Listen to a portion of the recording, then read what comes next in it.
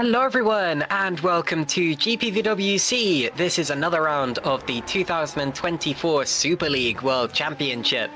Today we are at the Circuit de Barcelona Catalunya for the Spanish Grand Prix, and there are quite a few headlines to go over before we get to the start of this race. But help me talk through it all and help me talk through all of the various different storylines and everything like that will be my regular co-commentator Ryan Elliott. Ryan, hi, how are you doing? I am good, well rested after a nice long break, but excited for another round of Super League. It is good to be back. Indeed, it has been 4 weeks, of course, since the last race, but we are back and ready to go once again. I'm also joined, of course, by the broadcast director, Vincent Gutt, who has dealt with a couple of broadcast issues already today, so thank you very much for all of your effort, Vince, and we couldn't go live without your work. So, let's get to the storylines. There have been a myriad of driver changes between last race and this one.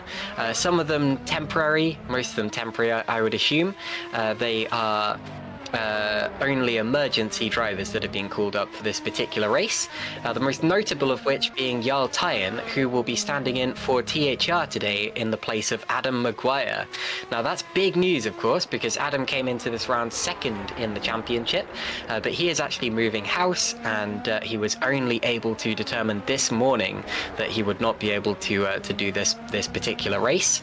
So THR put out an emergency appeal for a driver, and into that particular spot came the regular super sub of Jarl Tyen, who has already made 2 outings so far this year for Epic Racing Team, with a 3rd place finish in San Marino, of course.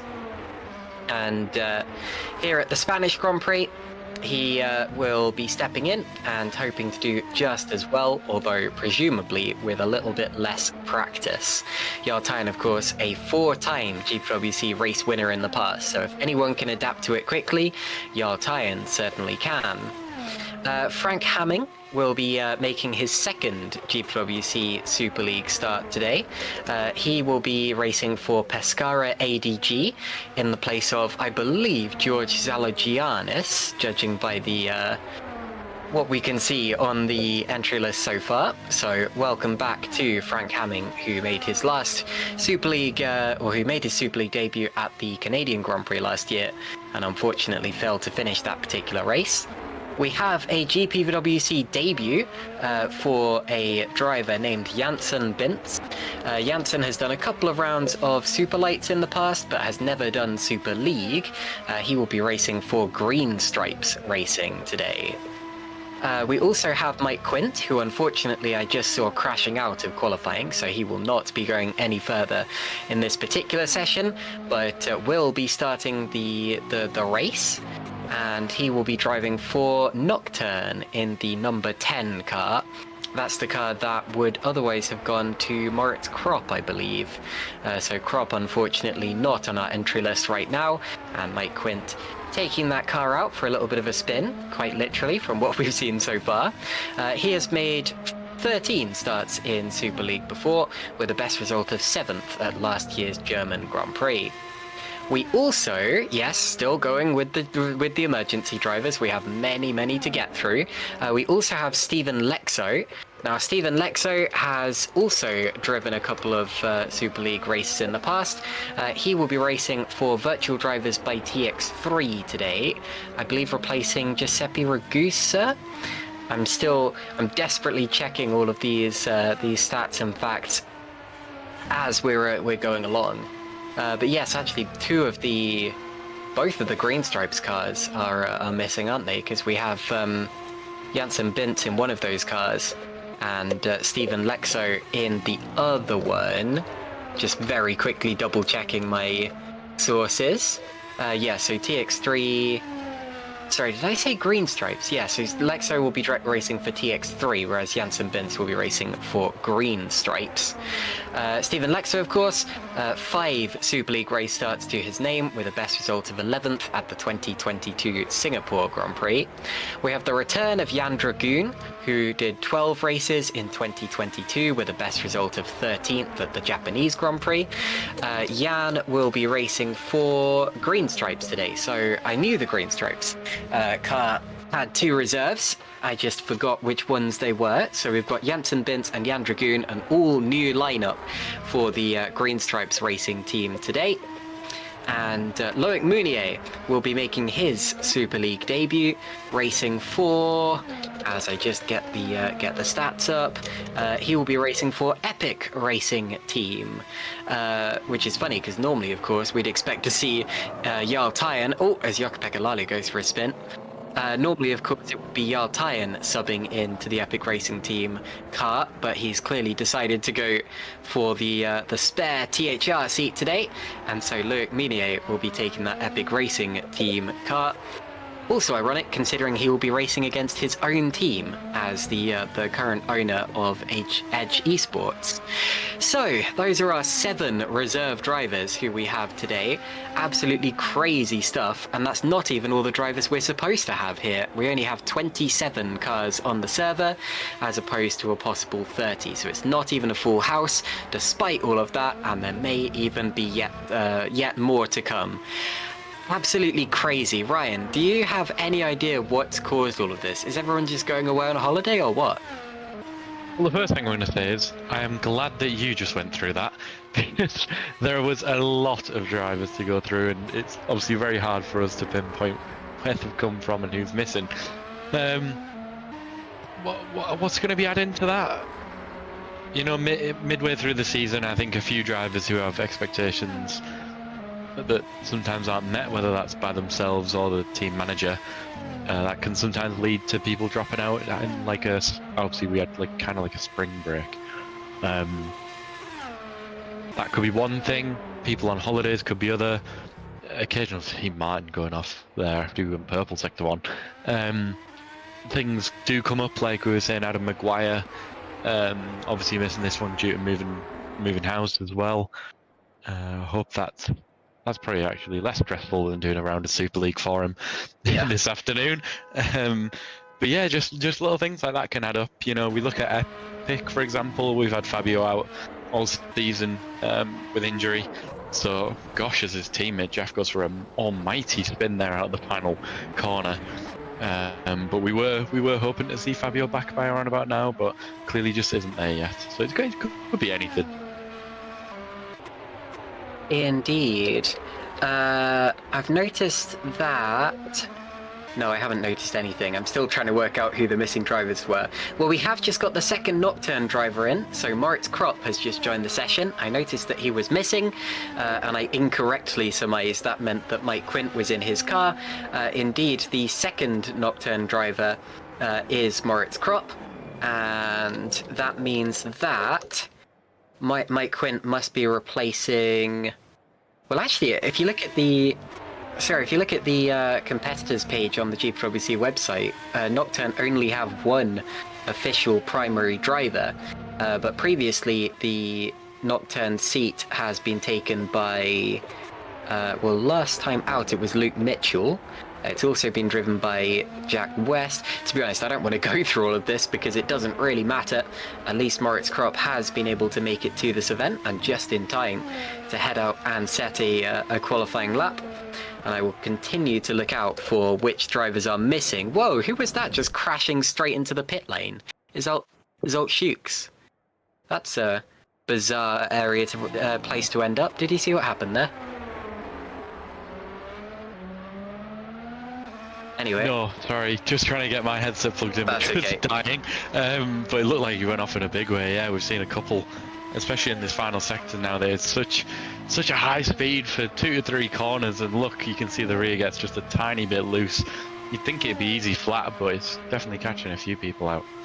Well, he was trying to get into the pits. I've just seen it on the stream. He was trying to come into the pits, did it way too fast, and ended up ploughing into the barriers. You very rarely see that. But anyway, So, with just under 2 minutes of qualifying left, we have Mark Schluter at the top of the times. Very good qualifying performance from him, but he has been getting better and better, as we've been saying this year.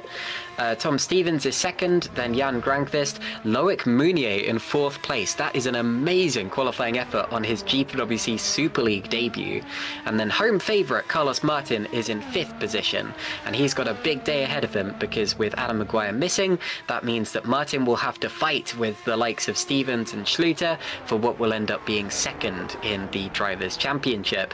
As for Jan Grankvist, as for Jan Grankvist, third will be a big relief for him if he stays there, because if you remember at the last round, he was only able to come 18th in the race, and that cost him a lot of points compared to his main rivals, since he wasn't actually able to score any points whatsoever. There you see Moritz Kropp completing a lap. He has lost a lot of time in this session, so unfortunately will be a long way down. We have just been joined by Fabian Ballet, so we now have 29 of the 30 cars in the session, and this is the point where the lap times start to matter more than at any other time of the session, because the track is properly rubbered in. So we should be seeing some quick laps here, Ryan, including from your guys, because Tomasz Vok has just set a quick first sector. Yes, my guys going for strong engines in their cars, as well as a big upgrade package this time round. So definitely be looking to improve their times. I see Matthew Williams finishing just ending up 14th on that occasion. That's his session over. Thomas up at sector 1, goes down in sector 2 though. So all again in the final sector now. Let's see if he can do it. Like we said, it's so fast, this new final sector, as you get to a bit of a slide. Ooh. Not sure this is going to be much of an improvement, but let's see if he peels into the pits or goes for it. He's going for it. But 2/10 quicker. Oh, and he's lost it. And he's going to hit the wall. Oh, big crash. No improvement for Tomasz Vok. But 2/10 quicker in the first sector was Jan Grankvist, who is on a flyer.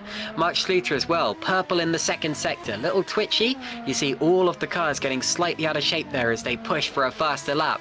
This section revamped in the last couple of years, and thank goodness for that, because it turned a rather boring section into one that really commands talent. And it's no improvement for Schluter, and also no improvement for Tom Stevens as he crosses the line. And Grankvist has crashed. That's what we just saw on our screen. Grankvist crashed in the final sector, so no improvement from him either. Daniel Stepkowski goes up to 9th. Here is Pascal Pollens across the line. Pollens goes to P10, so breaks into the top 10 on his last possible attempt.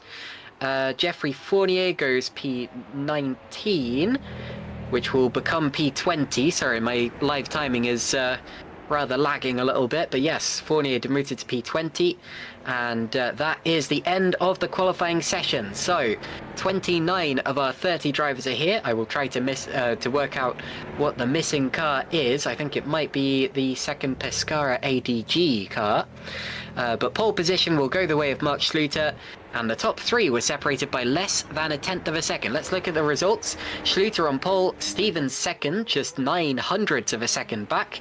Jan Grankvist is third. Loic Mounier in fourth position, second row of the grid on his GPWC debut, his Super League debut rather. Brilliant performance. Carlos Martin, the Spanish driver, is fifth. Robin Panzer is P6. Then it's Janos Bracok, Matthias Moos, Daniel Stepkowski, and Pascal Pollens. Then we can go to the second slate of the results. We've got Stephen Lexo, P11, Chris Shepard, P12, Tomasz Vok, Dylan Fisher, Matthew Williams, Stefan Roel, Jolk Shukes, Jan Dragoon, Jukka-Pekka Lalu, and Jeffrey Fournier. I should have brought up Stefan Roa, of course, since he is one of the drivers who was not necessarily expected to be racing today. Heigo Poom, P21, Jarl Tyen, P22. Not bad considering he only really found out he'd be doing this race probably a couple of hours ago. Janssen Bint on his GPWC debut will start 23rd. Istvang Zingel is 24th. Frank Hamming, GPWC debut, or Super League, sorry, his second race in Super League, will start 25th. Philip Pushke, world champion of the past, P26. Moritz Kropp, P27, and then no lap set for either Mike Quint or Fabian Ballet. And the car that is missing is the second Pescara ADG car. So we only have one of the Pescara cars, and it won't quite be a full house right at the current moment. I'm just going to look up Stefan Ruhl, actually, because I was expecting to see him in that car. But looks like he was... So he has done a race this season, of course. He did China for HRT, and unfortunately was hit on the very first lap of the race and didn't end up finishing. But he is racing for TOP Esports today, so that is the 8th reserve driver that I've spotted on the grid. And this is rather unprecedented. That means only 21 of the cars are driven by their regular pilots. But anyway... That was a very close qualifying session, Ryan, and I'm very much looking forward to seeing how the race develops from here.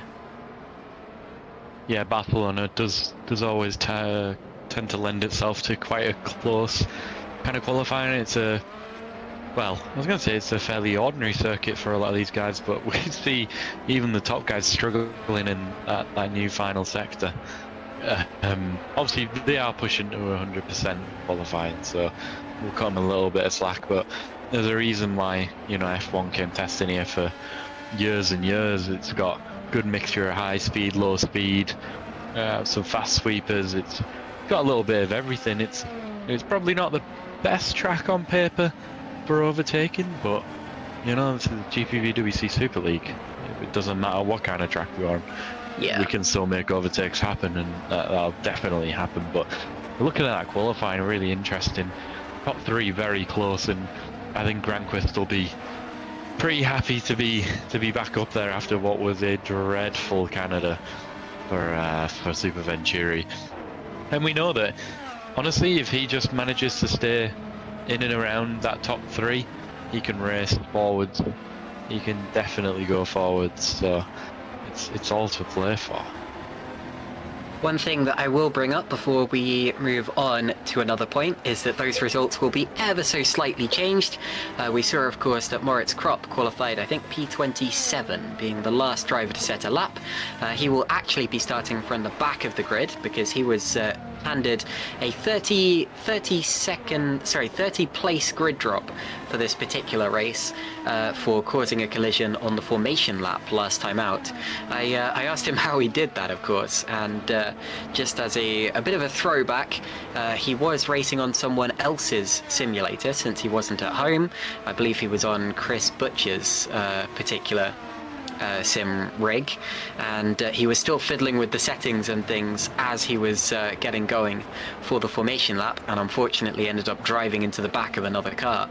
So he will end up starting from the very back of the grid, but to be honest, having qualified in P27, that probably won't cost him too much anyway.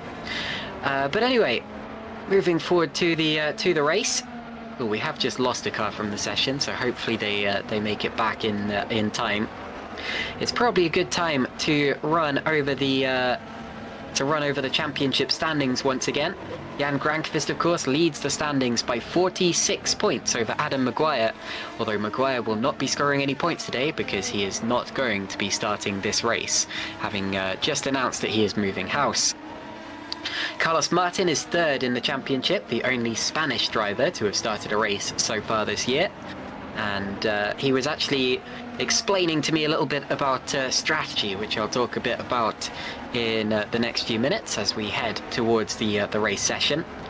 Tom Stevens is fourth in the championship, and one of the most consistent drivers of the year so far. He would undoubtedly be second in the championship had he not been forced to miss the San Marino Grand Prix due to the unfortunate connection issues that he had at the time.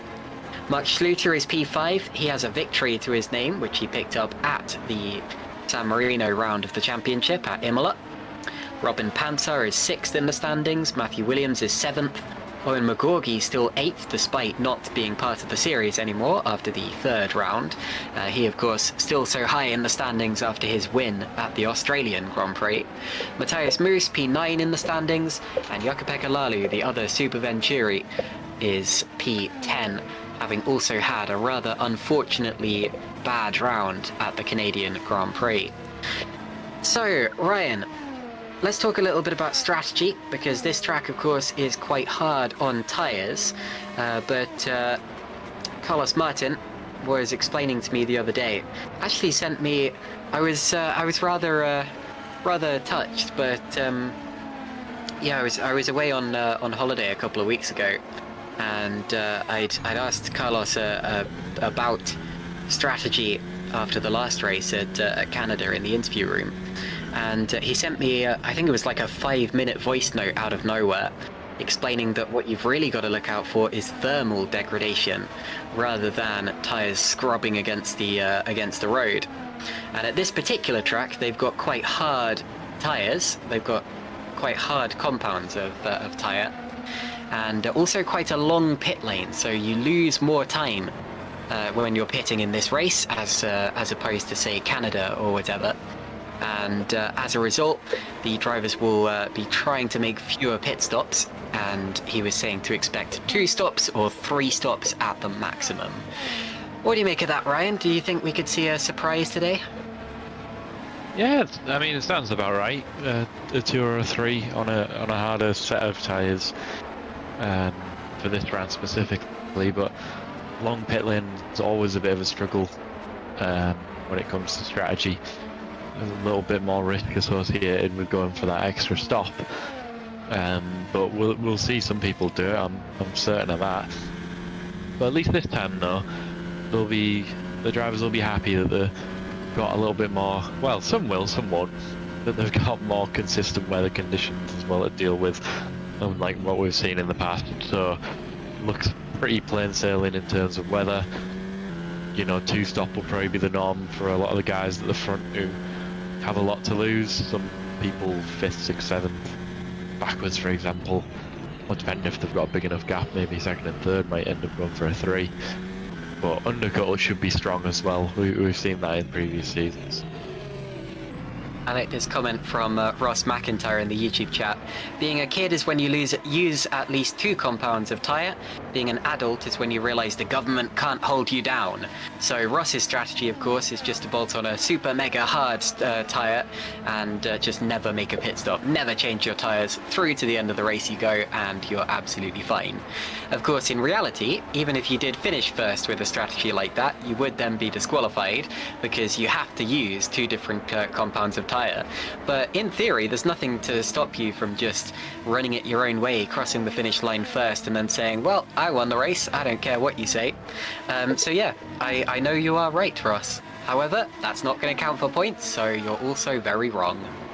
I'm liking this, talking of YouTube actually, I'm liking this from the GPVWC Sim Racing admin, who has actually posted a poll on the YouTube saying who will win the race between Schluter, Stevens, Granqvist, or someone completely different. So far, despite Schluter, Stevens and Granqvist being the top 3 on the grid, most people have voted for other, meaning someone from outside of the top 3 on the grid. That's very doable. We know that overtaking is possible here. There's 2 DRS zones, there's a long start-finish straight, strategy will come into play. Yeah, it's totally doable, but I am surprised to see that many people banking on someone completely different. I guess statistically you have more chances of winning if you vote on someone else, because it's such a nondescript way of voting. But yes, Schluter and Stevens currently have exactly the same number of votes, 22% of people going for each of those. And only 6% of people so far have voted for Jan Granqvist, the championship leader, who was less than 1/10 of a second off Schluter and Stevens in qualifying. And yet somehow no one seems to think he's going to win this race. Ryan, what do you make of that one? Well, as somebody who voted other, I'm just hoping that we have a super interesting race and somebody else can come through and shock us. However, 6% for Granqvist, come on, you guys need to put some more respect on his name. I think it's entirely possible that Granqvist could do it. As we see, it now jumps up to 9%. I could sit looking at this all night. The numbers are going to go up and down like a yo-yo. Yeah, but indeed. If I was to pick either of them, any of them top 3 though, I would probably have went for Granqvist. So interesting that people aren't backing him on this occasion. We see Owen McGorgy in the chat saying that this is the easiest Carlos Martin win of his life. Now that is a bold statement, but Carlos can do it, you know. We've seen what he can do, shocked us last time out, so anything's possible. Yeah, anything is possible. GPVWC Super League has a habit of throwing up completely unexpected results, no matter what you think the race is going to be like. Barcelona, for example, I have to admit, not one of my favourite tracks, but I've never been disappointed commentating a Super League race here, so, you know, expect the unexpected. I've just noticed as well, the top 7 drivers, all from completely different nationalities, all European nationalities as well. It's like the Euros out here, with Mark Schluter, a German, Tom Stevens, a Brit, Jan Granqvist, Finnish, Loic Mounier, I believe, is he French? I'm just going to double check that just so I'm not offending anyone. Yeah, Loic Mounier, French. We've got Carlos Martin, Spanish, Robin Pansar, Swedish, and Janos Brachok, Hungarian. So it really is like the Euros out here, and I can imagine that we're going to be seeing some battles on the pitch and on the racetrack being repeated. I personally, and this is nothing to do with nationality, I personally am keeping my eye very firmly on Tom Stevens at the start here. We know how competitive he is, and I feel like we're overdue a Tom Stevens victory. Coming into this season, a lot of people were saying that he was the favourite for the championship, and yet after 6 rounds, he has not yet stood on the top step of the podium. He has stood on the podium 3 times, but he's yet to snatch that elusive victory, and going from the front row of the grid, I think he stands every chance of winning this one, Ryan. Yeah, he's got a good chance. Wow, I can't believe, now you said that, I can't believe he hasn't won a race this season. It just almost feels like, I don't know, he's just always there or thereabouts. It feels like he has. But yeah, he definitely had a point to prove this year, and hasn't quite gone his way so far. So he's got a little bit, well, he's got a lot of time to go, but hopefully this can be the turnaround for him where he can really kickstart his season. Yeah, it's surprising who hasn't won a race, actually, because Adam Maguire, second in the championship, who's not here today, even though he was second in the championship with 3 podiums to his name, he's still yet to stand on the top step, as well as, of course, is Tom Stevens. And then you have an unexpected driver who is at the top step of the podium. Owen McGorky only did 3 races and won on his team's debut back in Australia. So it really has been quite an unpredictable season so far. And every victor of the championship, all 4 of them, have been brand new Super League winners. Of course, Owen McGorky won in Australia. That was his first Super League victory. Jan Granqvist won in Saudi. That was his first, and followed that up with 2 more on the bounce. Mark Schluter, of course, picked up his debut win in San Marino. And then last time out, Carlos Martin finally and emotionally became a GPVWC Super League race winner in Canada. And of course, right before his home race as well, so don't count Carlos Martin out of this one, going from 5th place on the grid. We're about to head out onto the formation lap, and you'll see the cars in the starting order one last time before we get going. And then, of course, we will be live for 66 laps of the Circuit de Catalunya Barcelona, or Circuit de Barcelona Catalunya, in Spain. Not far from Montjuic Park, where the very first Spanish Grand Prix were held. Not far from the location of the 1992 Olympics. This circuit almost built around the Olympic Park. And not far from each other at the start either. So hopefully we get a nice clean getaway on this very long run down to turn 1. It's one thing I haven't mentioned yet, actually. This is one of the longest runs to turn 1 out of anywhere on the calendar. And yeah, we actually don't have Mexico on the calendar this year, so I think it might be the longest run to turn 1. So getting a good start here is going to be very, very important. And that's where I think Tom Stevens is going to come into play. He's off on a very good starter in these races. And he placed his car very intelligently at the start of races as well. Definitely expect to see a fight towards turn 1. But away we go on the formation lap now, so let's take a look at the starting order before we head away for the start of the race. Here we go then. So Mark Schluter on pole position, but it was pretty much neck and neck between him, Tom Stevens and Jan Granqvist on the grid. You could barely blink as the cars came across the line. Loic Mounier is 4th, then you have Carlos Martin, Robin Panzer, Janos Brachok and Matthias Moos in P8. Daniel Stepkowski will go off of P9, Pascal Pollens P10, then Stephen Lexo and Chris Shepherd. P13 here will be Tomasz Wok, then it's Dylan Fisher and Matthew Williams, and points go down to 15th place, remember, so that's the all-important position. And then the 2021 champion, Stefan Rohr, goes from P16.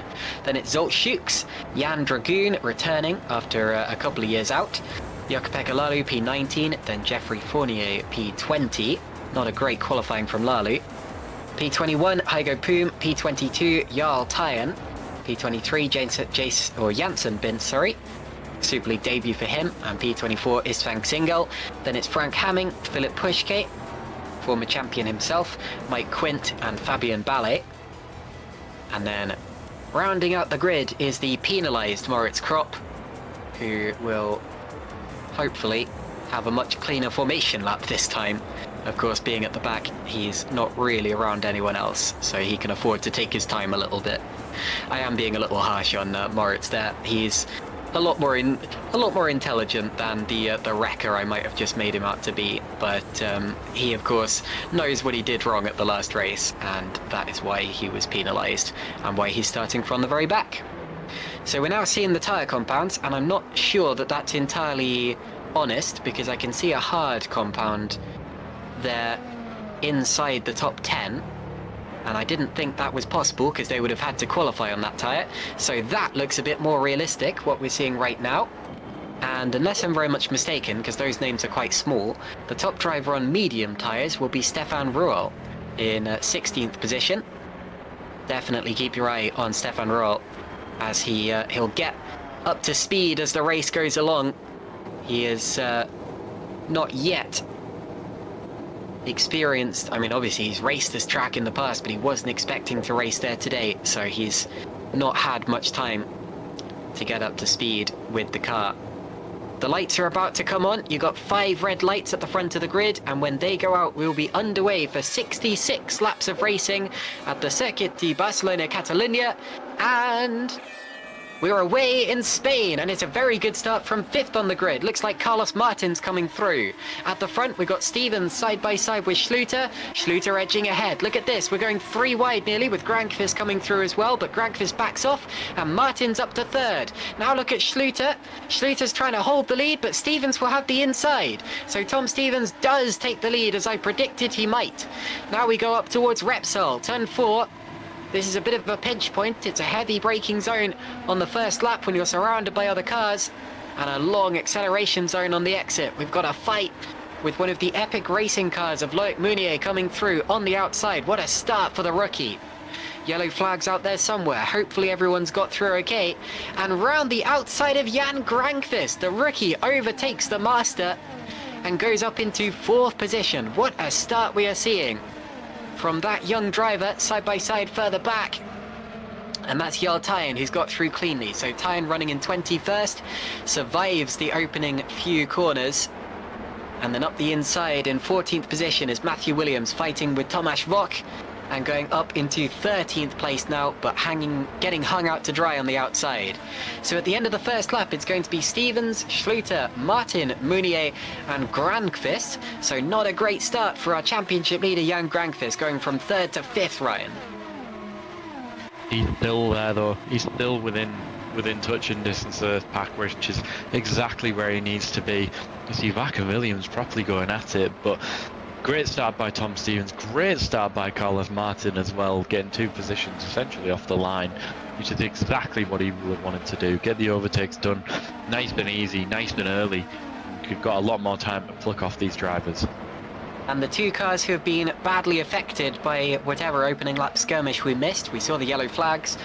Jensen Bintz is out of the race, and unfortunately Isfang Singel is with him. So Jensen Bintz will not finish his first lap of GPWC Super League competition. Very unfortunate for him.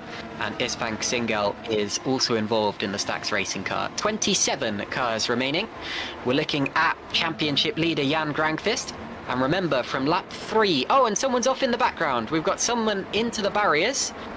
And it's Frank Hamming. So Frank Hamming is out of the race. He will not finish his second Super League start.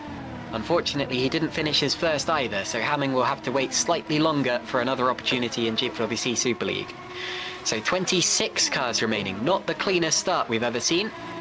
And what I was going to say is that from lap 3, DRS will be enabled. So when they come down the back straight now, out of Campset, we will see the rear wing flaps open for the first time if they're within a second of the car in front of them. And this early on the race, pretty much everyone is. So we should see quite a frantic end to this lap, Ryan. Yeah, just see a replay here of, I assume, what's going to be us as the race starts. This is Svingel getting tired of just a little bit. Does he get fired off by any chance in the outside? Yes, and takes been with him, so that's not a great start for either of those drivers. Just unfortunately caught, and then accidentally collected Vince as well on the outside. So that's what kind of happens when it's 3, nearly 4 wide into that corner. Someone's got to give. Messy start. He was hooked up in the middle of 3 different cars. Touched again, heading out of the second corner. Here we come. This is Frank Hamming's accident. So Hamming through the very fast Campset, gets over the curbs and loses it. And that's purely a lack of experience in these cars. You need to know how they're going to react when you run over little rumble strips like that. So Hamming out of the race, and we have 26 cars remaining. So the end of lap 3, Tom Stevens maintains the lead, but the gap as they cross the line was only half a second. It's still very close for the head of the field. Carlos Martin is still there with them, and I don't think there have been any major changes of position despite the DRS being active now, but still plenty of time to go in this race, and we may be seeing a bit of a DRS train forming as well. These drivers tend to run about medium downforce on a circuit like this. You don't normally see drivers running light on aero and being able to fly past each other on the straights. You certainly need a good deal of aero for the fast corners like this, and then for the final sector, which is just all corners. And there is Loic Mounier holding steady behind Carlos Martin. Loic Mounier, a driver who has been involved in GPVWC Super League before, of course runs the Edge Esports team, having taken it over from Andreas Waters, and he's raced in GPVWC before. He raced in Formula Sprint 1 last season. He's won 3 Formula Sprint 2 races in his time. He's also raced in Super Lights with a best result of 3rd position at last year's Japanese round. But this is his very first Super League race, believe it or not. Now we've got to move. And around the outside for P17 is Zolt Schukes on Jan Dragoon. So a good move from Zolt Schukes, moves up a place. Still 2 places to go before he gets into the points paying positions.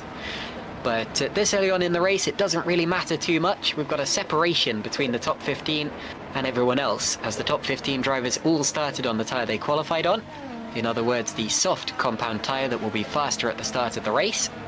And everyone behind them, starting from Stefan Ruhl, are on harder tyres. So Ruhl is still the top driver who started on the alternate strategy, and that's the position he holds, with Zolt Schukes having made up a place into second of that gaggle, going past Jan Dragoon.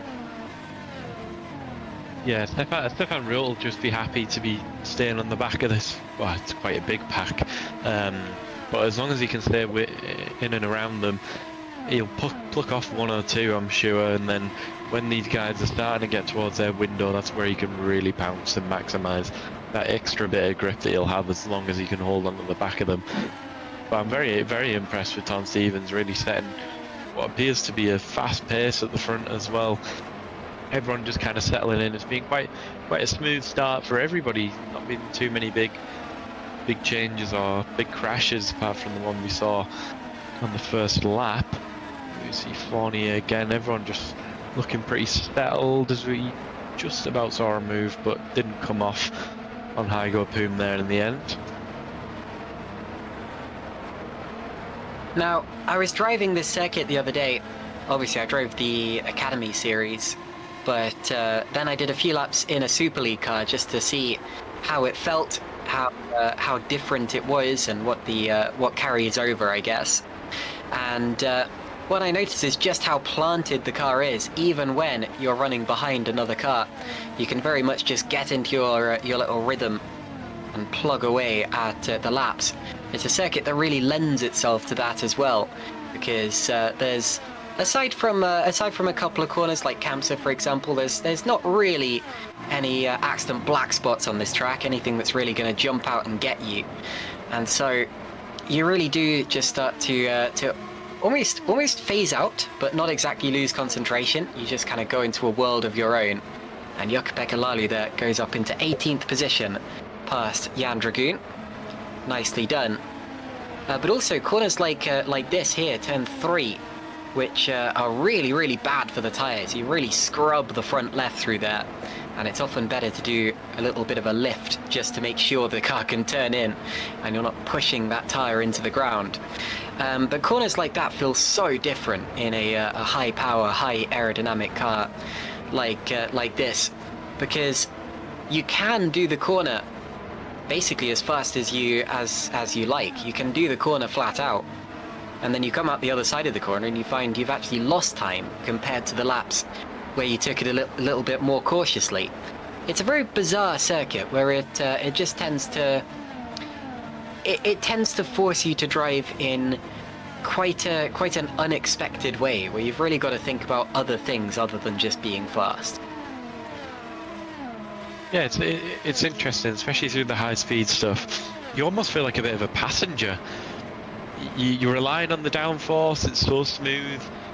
You just fly through, and when you're in. And you come out the other side, and you're either survived or you've gone off in a huge way. For me, it's usually the latter. But yeah, it's been a long time since I've driven a car around here at all, let alone a Super League car. But I know how it feels, and it's very easy to also get sucked into when you're really going through one of the high-speed corners, like what's going to come up on the right here. If you're too close to somebody, it's very easy to get in their aero wash and just run a little bit wide, nick the outside wheel on the curb or on the gravel. You can settle into a rhythm, but you got to be on your tiptoes, that's for sure. It can go very wrong though. If you do lose concentration, you're still going at a very high speed. This corner here was the site of a huge crash in Formula Sprint 1 the other day, where a driver lost control and slammed into the side of the unfortunate Dame Karatko, who ended up flying pretty much into the grandstands. And I was rather impressed by that. I gave him the gold medal for GPVWC gymnastics, but he redeemed himself, went and won one of the GPVWC Academy races a few days later. But back to the action. We still have, as you can see, Tom Stevens and Mark Schluter leading this race, and every single lap the gap is exactly the same between the two of them, with a margin of error of about 0.5 of a second. They're about 0.5 seconds apart as they are now. Their best lap their best laps are separated by just 0.03 of a second. Their last lap separated by just 0.1 of a second. There really is nothing between them at this point in the race. Same goes for Carlos Martin behind, whose last lap was just 0.02 of a second different to Mark Schluter. 0.02 of a second faster, but it really does not matter at that point, because that is so marginal. And you really get the picture that they're going to start just following each other around a little bit, trying to preserve the tyres a bit better than their opponents, and wait to pounce later on, probably even during the pit window, where some drivers will be going for undercuts, some drivers will be going for overcuts, for example, where you push as soon as you get a chance in the clean air. And across the line that last time around, the gap between the two leaders was exactly half a second flat. And it's still Stevens, Schluter and Martin, but look at this, Jukka-Pekka Lalu's making up another place. Goes up to P17, so after a subpar qualifying for JP, he is making hay while the Spanish sun shines, and putting himself in quite a good position strategically here, Ryan. Yeah, obviously on the medium tyre as well, which means it gives him a little bit more option. He should, when these guys in front all start to pit, get a nice bit of clean air to work with as well, which will, you know, give him a bit of time to settle into what he feels his rhythm should be. It's quite easy to get in behind someone and fall into the trap of doing what they want you to do. So a nice bit of clean air might be good for him to make up a bit of time, get into his own rhythm and really push forward. We know that car can be fighting for a podium, and we know Lalu can as well, so it's definitely one to watch out for. One of our second place runner on the harder tyre, so him and Rual definitely going to be one to keep an eye out on the long run. And talking of Rual, making a move now on Chris Shepherd, so going past one of the soft-tyred runners. So, and Shepherd misses the corner, but Stefan Rual is through already, goes through into 15th position. That would be a points-paying position anyway, but he's still got places to gain, and still plenty of time, at least for him, before the first couple of drivers come into the pits, and before he is forced to make his own pit stop, which will come much later. But yes. Oh god, the leaders laps once again separated by just 0.005 of a second, as they are pretty much every single lap. There was nothing in it, and still no opportunities for Mark Schluter to fight back. I like what Ross McIntyre's just posted in the chat as well. For your information, the undercut was rather overpowered in SL2. The undercut, of course, being pitting earlier than your rivals, getting that fresh set of tyres on earlier, and therefore pushing while they're still out there struggling on hards, or on older tyres rather. And yeah, indeed it was. That race, of course, nicely won by young Alex Lahoe. Side by side, and that is over 10th position, so that will be between Dylan Fisher, the AKA Hero driver, and Pascal Pollens, the Holland Racing Team driver. And I've noticed that Chris Shepherd has been into the pits. He was the driver we just saw. That can't be right. Has Shepherd DNF'd? No? Okay. No, okay. So that was just Shepherd coming into the pits. He's the driver who was just passed by by Stefan Rual. And I guess I just misjudged how short a lap was here, because I thought he hadn't had time to get back to the pits, but I guess he did. So back up to the leaders we go once again. And Ryan, if the undercut really is as powerful as is expected, you have to imagine that Mark Schluter will know that and will have done tests and things like that. But could it even be someone behind him who takes advantage for that? Remember, the DRS train goes back to about 10th position here. Yeah, well, we can get a good look at that from that camera angle there. It was a great camera angle. Any of these top three, well, obviously not Stevens, but Schluter and Martin could quite easily go for an undercut and probably get it right now. But I feel like we were saying this at Canada, and then the leaders ended up being the one to pit first, which was kind of unexpected. They were putting the undercut in on themselves, if you can even say such a thing. But yeah, I mean, we've seen this strong, the undercut strategy strong in real life as well as in sim racing, but in these cars I do think the undercut does lend itself quite nicely to them. We see it at almost every single track, it feels like.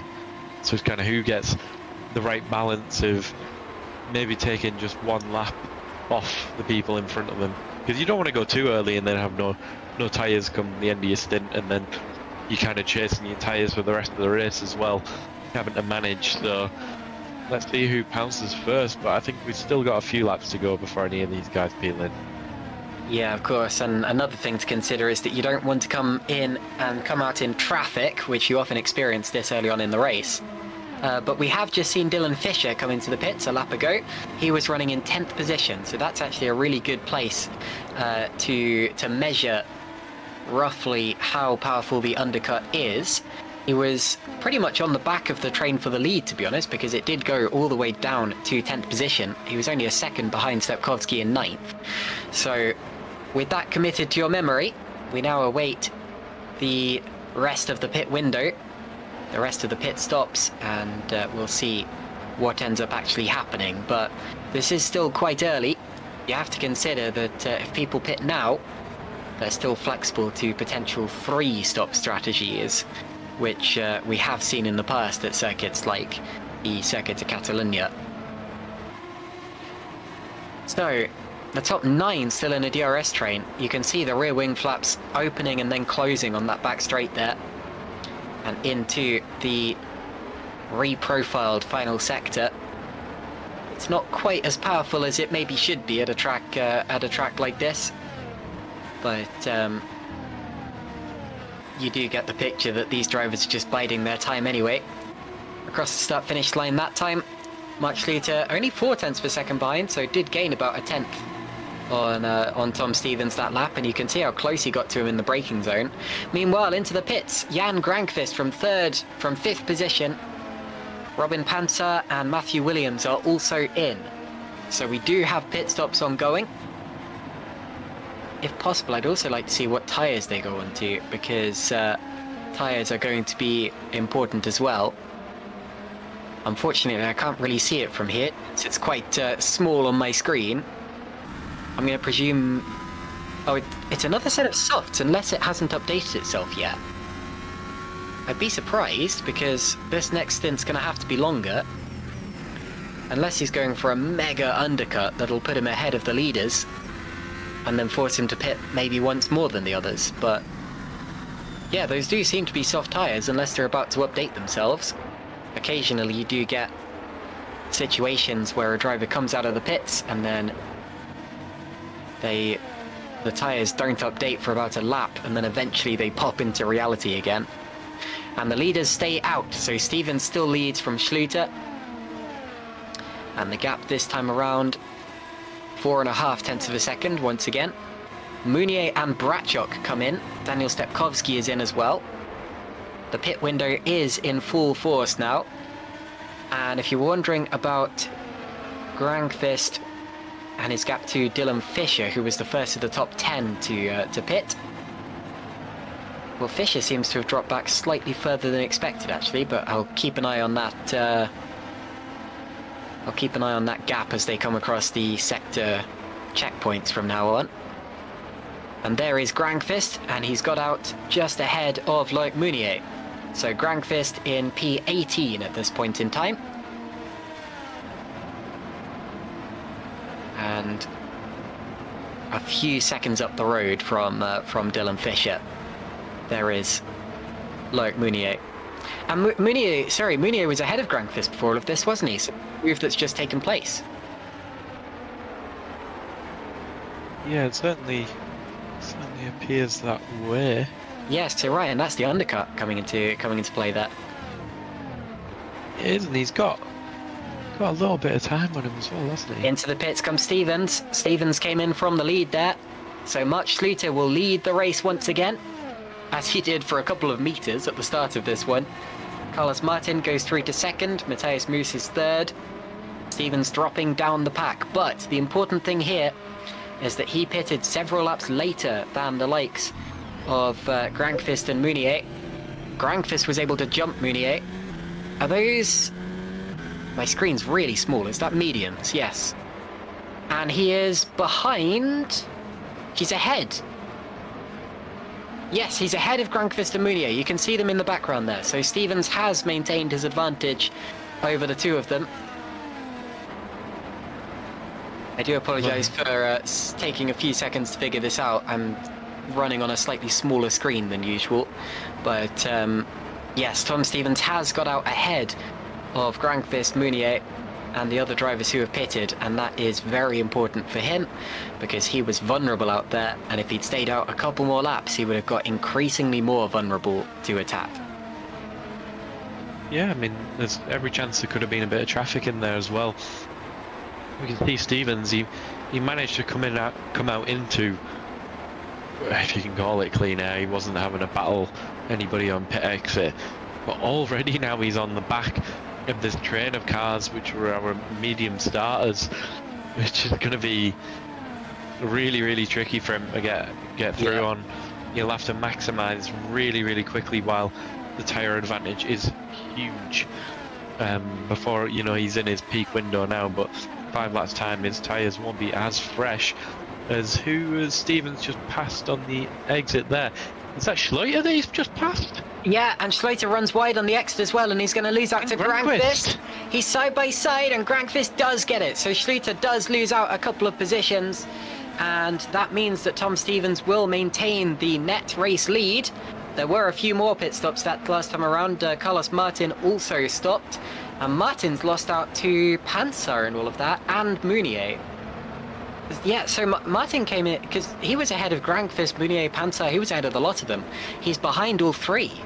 So you have to say that he's lost time. Pascal Pollens will briefly lead the race, but he will be the last driver to start on softs to make his stop. And Stefan Ruhl will presumably lead the race after that. But yeah, you got to say that Martin lost plenty of positions from all of that. And the biggest winner of this pit stop stage is probably Tom Stevens, who came out in clean air and didn't lose too much time on the in lap compared to his opponents. Pollens now pits, so Ruhl will lead the race, followed by, well, I was going to say Fuchs and Dragoon, but they are both into the pits as well. So Fournier second, Kropp third, Pollens, Fuchs, Dragoon and Quint all in the pits. And Philip Pushke also in the pits. Tom Stevens up to 4th position now, but it will probably be the net lead, Ryan. Yeah, very impressive. That seems a little bit random, some of those positions that they've come out in there. Isn't really following the order of what I personally expected to happen, but yeah, Stevens absolutely flying still. Obviously as expected, but he's got Fournier up ahead. He'll obviously want to try and do a little bit to help out his teammate Mounier, who's obviously, yeah, he's down in 8th, but he'll try and lose Tom as much time as he possibly can, bring his teammate back into things, as that was Kropp going a little bit wide there. And we got Ruhl as well, who is now leading the race, who is good, what, 7 seconds ahead. He's definitely going to be one to watch later in the race. I know I said this earlier, but you can see the difference between somebody like Stefan and the rest of the people who are starting on the mediums, as Tom's going to get it done pretty easily into turn 1 with the DRS there on Jeff.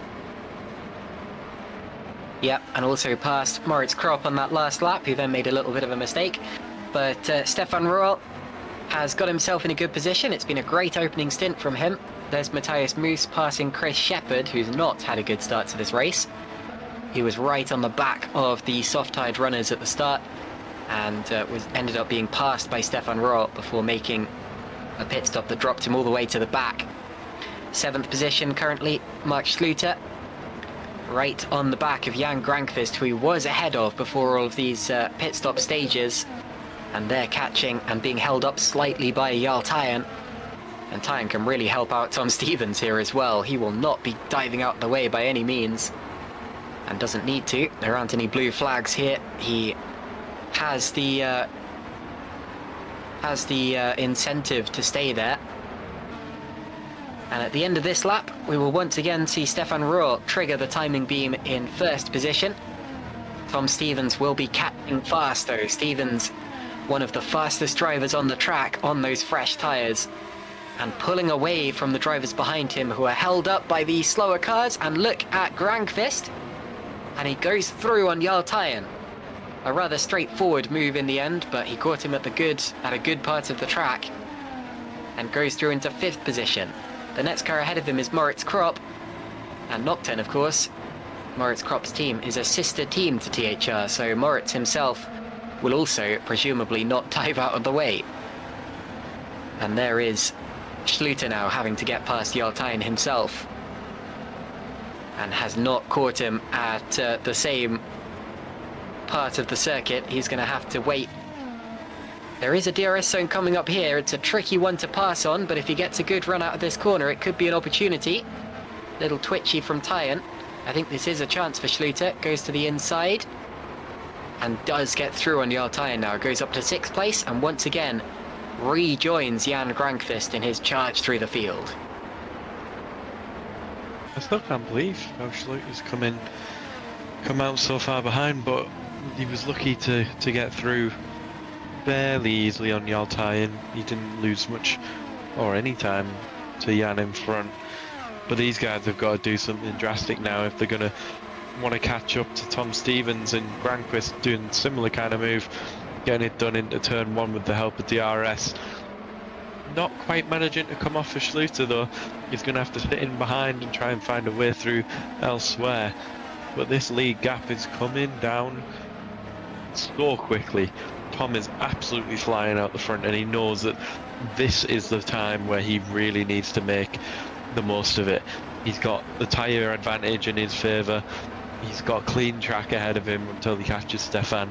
He needs to pull out this gap as much as he can while these guys are on to make their way through the pack. But the fastest lap so far has been set by Pascal Pollens. Remember, you do get an extra point for that, but only if you finish in the top 15. It's actually surprisingly rare to see a driver actually get the point for the fastest lap, because often you see drivers who have been affected by various incidents throughout the race, bolting on soft tyres, going out there, getting a fastest lap just to take a point away from someone else. And from the 6 races so far this year, only 50% of them, 3 of them, have resulted in a fast lap point being awarded. In Formula Sprint 1 that I was commentating the other day, that was as low as just 1 fastest lap point awarded throughout the whole season. As through now goes Mark Schluter past Moritz Krop. And taking a look in the background there was Loic Mounier attempting to follow him through. And Tom Stevens does lead the race, so Rurault, my apologies, Rurault has been into the pits. So Tom Stevens leads by 4.6 seconds over Geoffrey Fournier and 5.4 seconds over Grankvist, which shows you just how much he's gained by getting this first pit window right. Still plenty of time to go in this race, of course, but he's got it very right so far. His teammates and half-teammates, Krop and Tyan, have been helping him out a good deal as well, whether consciously or subconsciously. But Grankvist is still going quickly, and I'm sure that when he gets past Fournier, he will at least stop the bleed and potentially start to catch back up again, Ryan. Yeah, it's definitely got a lot of catching up to do. But we see now Jan and Schluter actually trying to hopefully get their way past Jeff as quickly as possible here. It feels like every lap now we're seeing Jan Grankvist moving to turn 1 like this, and he gets it done again successfully. But big gap to take out there. As who's that? Yaltain fighting with, is it Panzer? Yes. Trying to go the long way around, which is ambitious. Very tricky corner to get it done on, but again he goes to the outside. This time looks a little bit more successful to get a good drive. Oh no, as he goes onto the grass on the exit. I was about to say it was going to set him up for the next corner, but it didn't quite on this occasion. But he will have the DRS next time they go down this back straight that you can hopefully take some advantage of. And that's all holding up Carlos Martin. He may look like he's having the time of his life out there, and to be honest, he probably is enjoying this quite a lot. But he definitely has the pace to do better than this. Panzer through that long left-hander. Used to be a much tighter left-hander, which was also very boring. Can you tell I didn't like the old layout of this circuit much? I'm not a fan of either one, to be honest, but yeah, that one was even worse. And into the pits, someone came in. We'll have to wait for... it's Geoffrey Fournier. So Fournier into the pits. Grankvist is now up to second position, and he is 6.6 seconds behind Tom Stevens, although they set very similar laps that last time around. So we'll continue to watch that gap and see if anything changes. It's not all over yet, because yes, Tom Stevens does have the advantage, but they will all be pitting at least once more, so there will be more opportunities for the order to change. So Stevens leads by 6.6 seconds. Schluter is third. Sorry, Grankvist second, Schluter third, then Mounier fourth, Jarl Tyen fifth, but yet to make a pit stop in this race. Robin Pansar is sixth. Has he stopped? Yes, he has. Carlos Martin, P7, so Pansar jumped Carlos Martin in the pit stages. Dylan Fisher, P8. He did make up a couple of places by being the first to stop in the top 10, but of course that does come with the disadvantage of worse tyres later on. Did Tyen just make a mistake? Because I swear, yeah, we're going to see a replay here, because Tyen just lost about 5 places there. We're going to see what happened. He's heading through the fast right-hander. Is he going to get a swapper on here? Oh, goodness. Oh, a big spin. And a great save. Really, really clever save from Jarl Tyen. Puts the anchors on. I think we'll surely see him into the pits this time around, because he'll have mega flat spots. I did a very similar thing to that in the Academy Series on the first lap of the second race. And unfortunately, it ended up with my car bouncing off the barriers and picking up some damage. So Tyen's done better than I did on that occasion. And also better than Frank Hamming, who unfortunately crashed in a very similar way early in this race. That's the experience that Jarl Tyen has, and despite making a mistake, I think he's got away rather sweetly from that one. Yeah, that was a really frightening half spin for him. I hope THR got some budget for a new set of pants, because I think he'll need some after that. That was an incredible save, but like you said, he'll have some massive flat spots on them tyres, but I'd say it's worth it instead of putting it into the wall. But Schluter now, you see, on his own, not really gaining on Tom Stevens either, just slowly plucking away. I think Tom might just be a little bit out of reach for the rest of this race, but hey, you know, still another 40 laps remaining. There's plenty of time. Very impressive, by the way, from Dylan Fisher. Obviously, I think he was 10th going into that first pit stop window. He's managed to gain good 3 positions there. Obviously, on the undercut, he was one of the early pitters, I believe. That's really good. Well, obviously not a finished result, but it's been a good race for him so far. Top 7, very impressive. Yes, indeed. He jumped Daniel Stepkowski, jumped Pascal Pollens, and I think Matthew Williams as well. So, a good opening to the race, and that shows you how powerful the undercut is, but Fisher has also been running well. An improved driver this year as well. I think he started the year rather slowly, but has been picking it up over time, and he's a mature young man, so I'm sure we're going to see plenty more from Dylan Fisher as he gets more experience throughout the course of the year. Running 7th currently in that AKA Hero car. So just to continue the order that I was reading out just now, Carlos Martin running 6th, Dylan Fisher 7th, Bratchuk is 8th, Stepkowski 9th as he started, Matthew Williams 10th, then it's Pascal Pollens, Matthias Moos, Stephen Lexo, Thomas Voch, and Stefan Rohr is in 15th position, but still the top driver who started on the alternate strategy, which will put him in a good position come the end of the race. Those are the drivers in the points paying positions right now. Chris Shepherd just missing out. He did not have quite as clean, not quite as straightforward an opening stint to this race. And then of course the rest of our 26 drivers who are still running in this one. 3 DNFs so far, including Frank Hamming, Janssen Bintz and Istvan Xingel, who all crashed out in the early stages, and then 1 car failed to start this race, and that was the second Pescara ADG car. So 26 cars remaining, all of those still on the lead lap, and we're approaching the halfway point in the race, which will be in just 5 laps time. Yeah, already making a decent way through this race. It feels like it's been quite a sensible one fairly clean throughout, and we can't be a million miles off starting to think about the next pit stop window for a few individuals. Obviously, good few laps to go, but I wonder what's going to be the order of strategy here. Maybe mediums guys going medium soft would be that was a strategy which we didn't tend to see a lot of, but it feels like I've seen it quite a few times this season. Some guys maybe going obviously onto the hard as well and going long. Entirely possible. We see Shepherd going backwards again. It's a bit strange. I don't know what's happening with Chris. He was up in, I remember, 15th and then got passed by Rualt, but not having a great day of it. Also, quick shout out, it was Chris's birthday this week as well. I can't remember the exact age.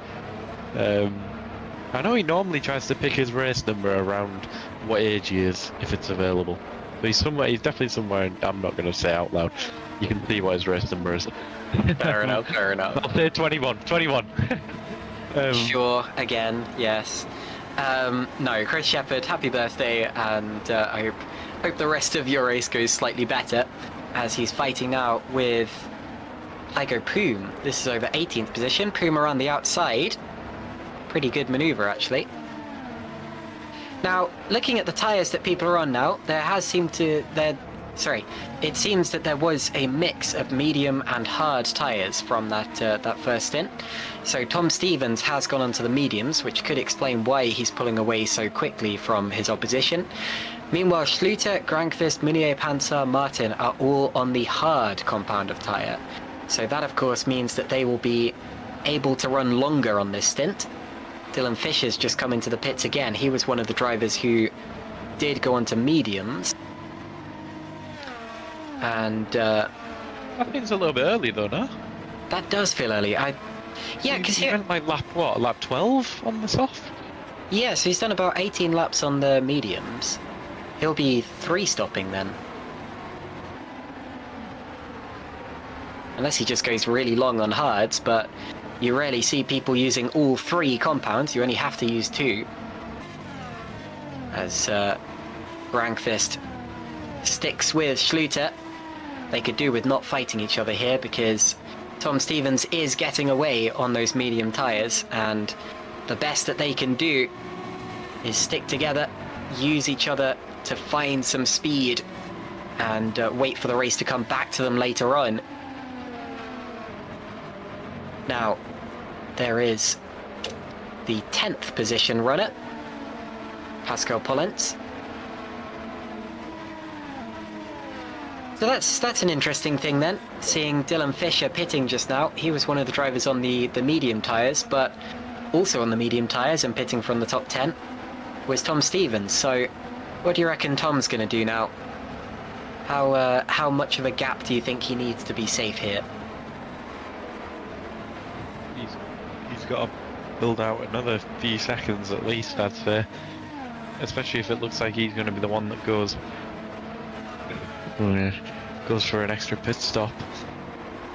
I don't think he is going to go for an extra stop though. I still think it's a 2-stop from Tom, because with everyone else going on hards. Yeah, but he ran so much longer in the first stint than some of his opponents. I mean, Dylan Fisher is not a direct comparison because he pitted on about lap 12. Tom Stevens initially pitted on, I think, lap 18. So there really can't be a direct comparison there. I think he can run the mediums longer. Meanwhile, Matthew Williams and Pascal Pollens are both in the pits, so maybe I'm about to be proven wrong. Yeah. So hard to tell. I think that if Stevens does make an extra pit stop, it would probably be a mistake at this point, because he would then have to pass the likes of Schluter and Granqvist on the road. He'd probably bolt on another set of mediums, but realistically, he can afford to go onto a set of hards in this next stop and run really long. He'll definitely come out in the lead. He's got 8 seconds. So the only way that he can really be passed in this race is on the track, and he's got to realise that.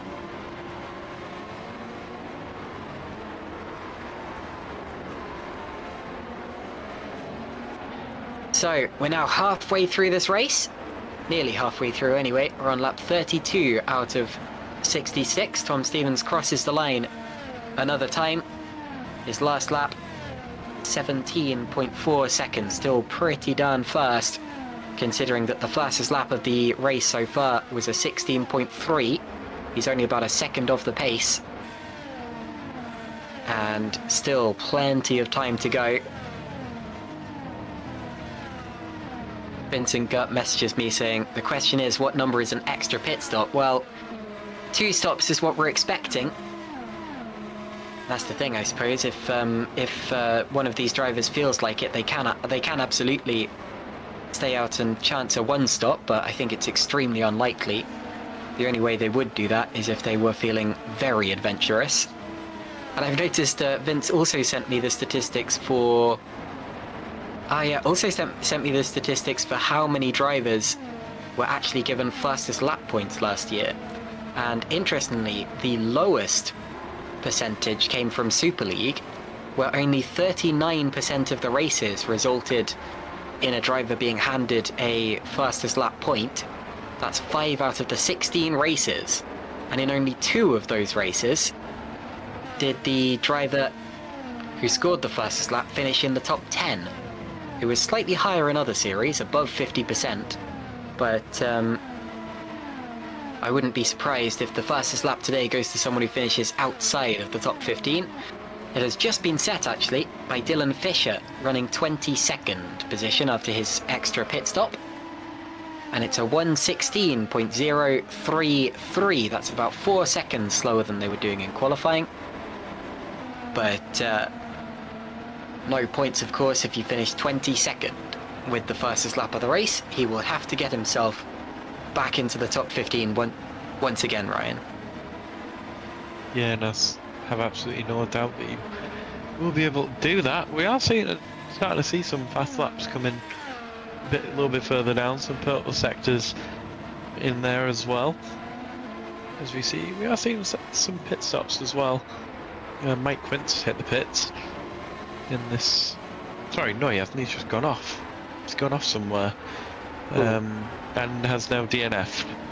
Sorry, I thought he went into the pits, but no, he's DNF'd from the race, which is a shame. Another one out, so that's down to what, 3 DNFs so far? 4 DNFs now. 4 DNFs. Yeah, 4 DNFs.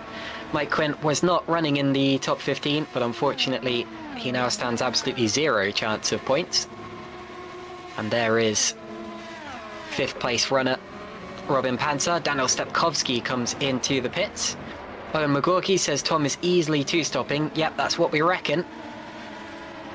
But the reason I always throw out these outlandish strategy options that people could theoretically take is because if I don't, then invariably people will take those strategy options, and I end up sounding like I don't know what I'm talking about. But yes, absolutely, I'm expecting 2-stoppers from pretty much all of these drivers. Here is Mike Quint through turn 2. Car very twitchy. He's under control there, just about. Now into turn 3. And the car gets away from him, and that's a big impact into the wall.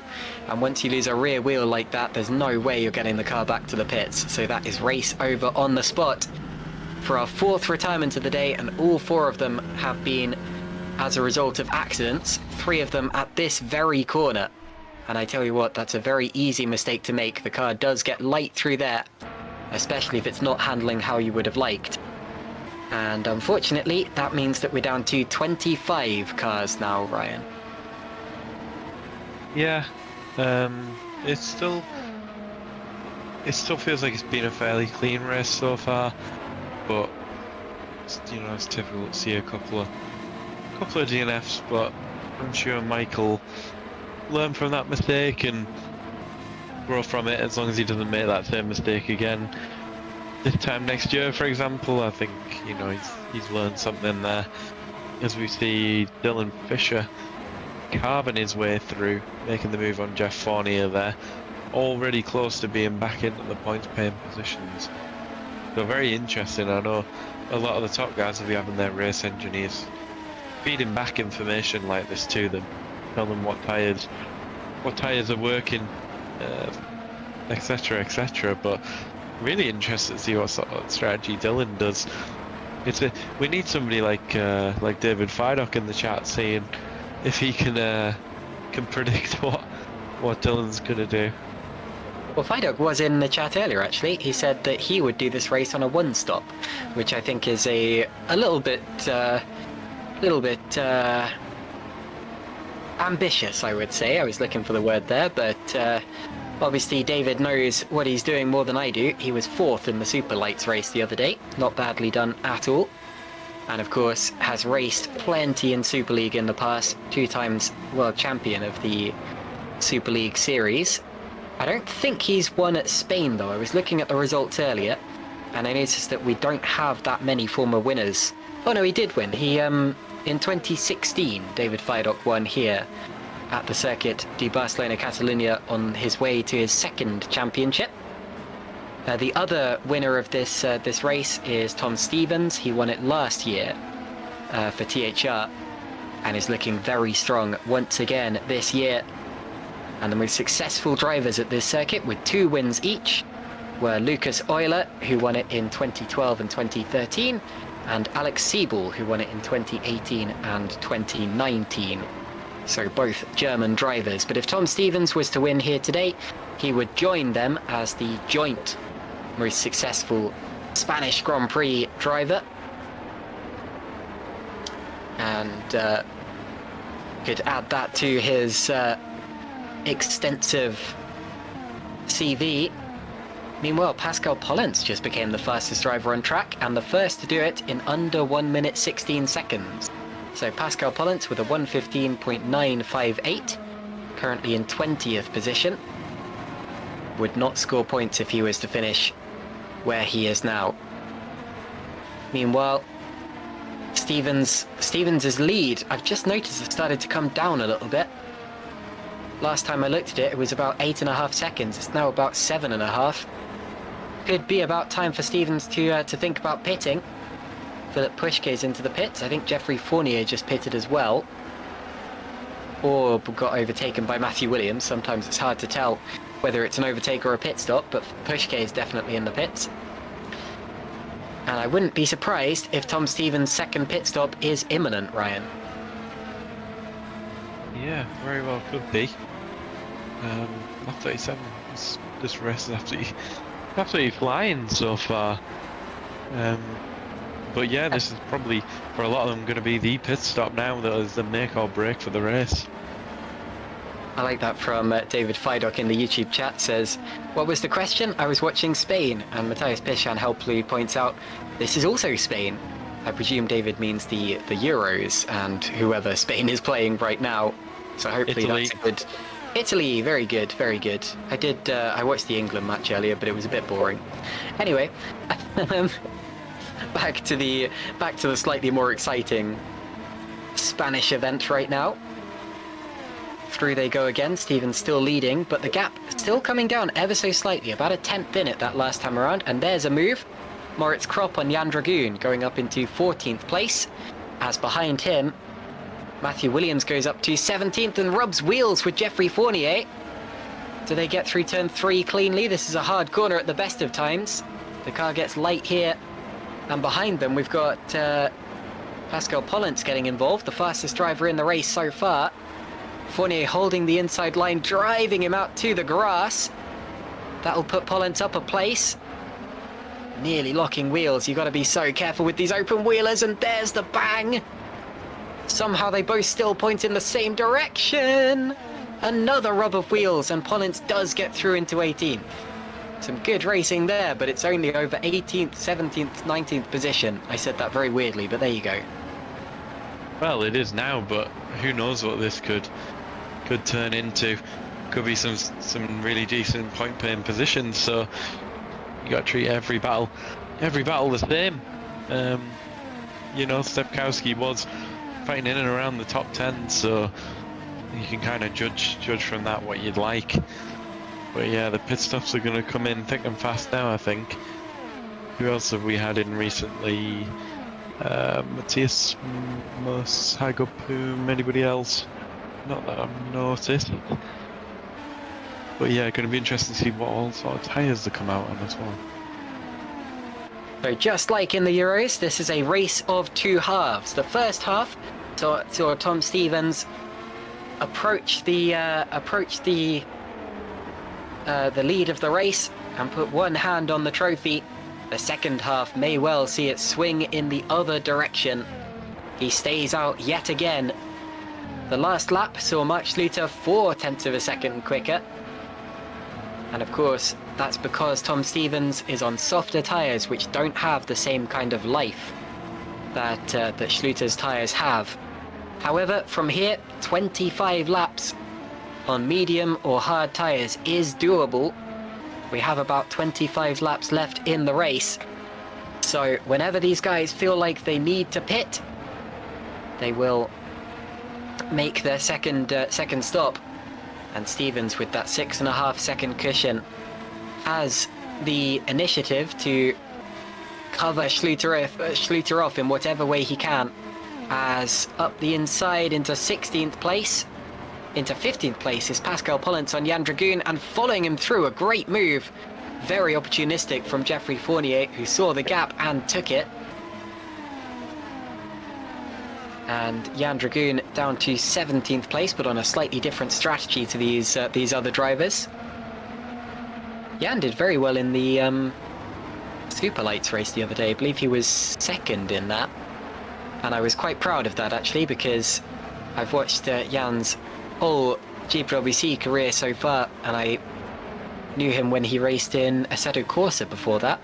Did a funny little series called Formula Trout, which I commentated alongside Ross McIntyre a couple of years ago, and was very good in that. Raced the likes of Max Hammerlink, who came over to Super League at the same time, and who unfortunately was quite a lot better in Assetto Corsa than he was on R-Factor 2. But yeah, Dragoon clearly has potential and is clearly improving. Here's the fight for 4th and 5th. Loic Meunier is 4th, Robin Panzer is 5th. This is for position. They have similar strategies, both inside the top 5, and there's a move further down. Dylan Fisher fighting with Moritz Kropp over that 12th position as Dragoon pits, and I think Matthias Moos also came into the pits that last time around. So still the early second stoppers making their stops. Wow, and Hygo Poom just blasted the fastest lap out of the water. He's on soft tyres, I believe, and did a 1:15.1. That's about 0.8 of a second faster than the previous best lap, I noticed. 0.6 of a second faster than Pushke, who's also on soft tyres. And that means to say that the fastest lap point will probably not be given out today either, since unless there's high attrition, I don't see anyone else beating that time and getting into the points. But I am getting ahead of myself, because often the fastest lap is set in the last few laps of the race when the fuel is at its lowest. And look how close Panzer is now to Loic Meunier. He goes up the inside and does go through in a straight line. Meunier had no defence of that, had no DRS from a car in front, and Panzer has swept through now into 4th position, and that is in the net order, Ryan. I'm going to see another overtake as well. Pascal Pollens going up the inside. Oh, gosh, no. Moritz Kropp tries to hold on around the outside, but it doesn't quite work on that occasion. Sorry, going back to the Panzer move, yeah. Getting ahead of Meunier, quite an important phase of the race as well. You know, with running out of laps, he needs to get as far forward as he can. I don't think he'll probably gain any more positions from where he is currently, but he needs to get as close as he can just in case anything happens, you know. And he might be able to, now he's got a bit of free air, get himself into a position where when he does choose to pit, he can get some clean air when he comes out as well. It just gives him a few more options being ahead of Loic on this occasion. Braccio flying as well. The two Adonis cars having a really good run out today. And the gap for the lead is coming down in increasingly large intervals, as Robin Panzer sets his personal best lap of the race. So he has got clear and got gone. But yes, Schluter last lap was 0.6 of a second faster than Stevens. This lap 0.7 faster. 8 tenths faster, in fact, looking at the times. And the gap is down to 4.5. Remember when it was about 8.5? That wasn't too long ago. So Schluter is beginning to really beginning to really reel it in. Stevens' lap times nowhere near as quick as they were. And you can see the gap visually now, with Schluter closing in on those harder tyres that have lasted the distance. Tom Stevens, 22 laps to go. You can totally do that on medium tyres. Surely he's got to pit soon. And he does. Into the pits comes Tom Stevens. Slows it down to pit lane speed limit, locks up the wheels, and into the pits in the background comes Mark Schluter. So both of the top two in. Now, what do they go for in terms of tyres? This is crucially important. If Tom Stevens did 29 laps on mediums, then surely he can do 22. Let's take a look. I think he's on mediums again. It's hard to see from here, but yeah, he does appear to be on mediums. And he comes out. Who's that? Carlos Martin. Stefan Roth, sorry. Nearly going through on the outside. Stefan running in 8th position on an alternate strategy. And where is Mark Schluter? There he is. I'll keep an eye on the gap and what it is, because it would have changed. Is he on mediums as well? He is. Okay, thank you, Vince. Again, I can't quite see what's going on because I'm on a slightly smaller screen than usual, but yes, indeed, both of the leaders on the same compound of tyre with the same tyre life. And that means that it's a straight fight to the end. No difference in strategy. And the gap that they have now is the gap that Mark Schluter has to overcome on pure pace. That's going to be a difficult job. And that's exactly why I said that Tom Stevens can cover off exactly what Mark Schluter's plan was. I wouldn't be surprised if Mark decided to box opposite. I wouldn't be surprised if Mark decided to box because he saw Tom pitting. My apologies. Was rather distracted by something there. Robin Pansar into the pits. He'll drop outside of the top 10. But Zolt Schukes temporarily back into the top 10. He will also drop out later on. Dylan Fisher gaining positions again. 13th place, Matthew Williams. The gap between Tom Stevens and Mark Schluter is 3 seconds. The gap has come down, but they have a car between them. So it's only 3 seconds, but Mark will have to get past Stefan Rohr as well. And we don't know when or if Stefan will make another pit stop. And here he is. He's caught up behind him. He theoretically will be much faster here, but he's going to have to go right around the outside. Oh, this is not a good situation for Mark Schluter. He's run out over the curb and gets through. Really brave stuff, really decisive move, but he runs wide.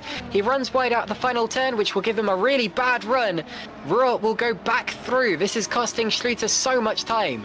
Now he goes back through on the straight again. Schluter does get through. Like Mounier pits, Janos Brachuk pits, Lexo's in, Lalu's in, Schukes is in. And the gap between Stevens and Schluter comes out to 4 seconds. So Schluter lost an entire second in all of that.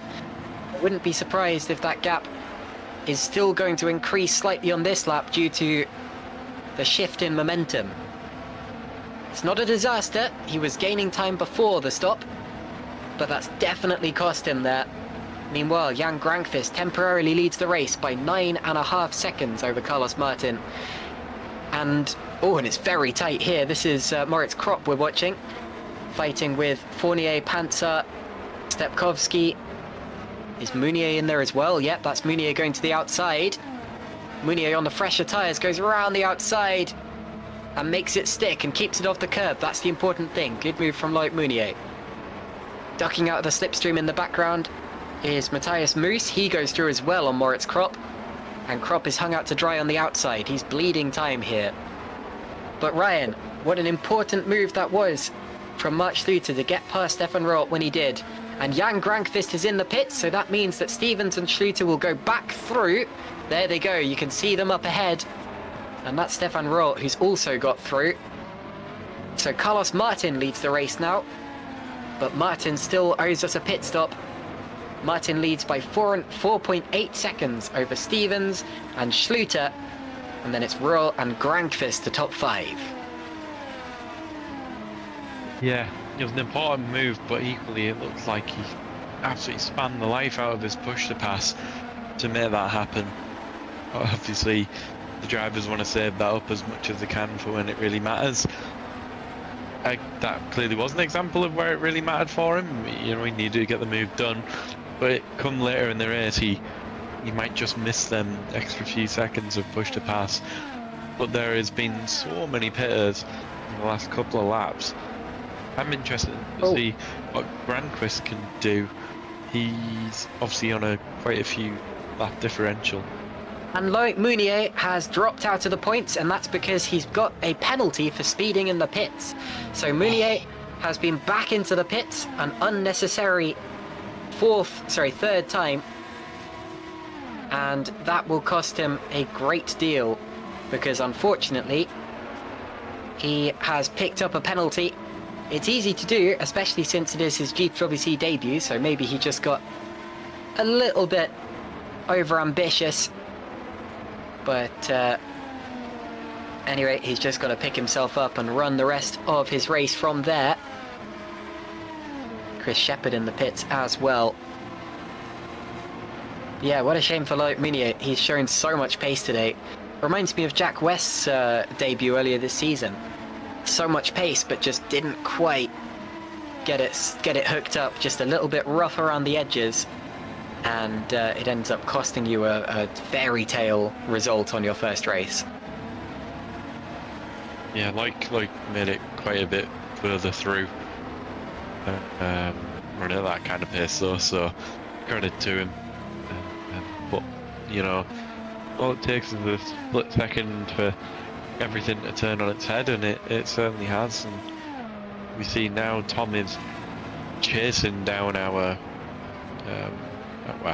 temporary leader.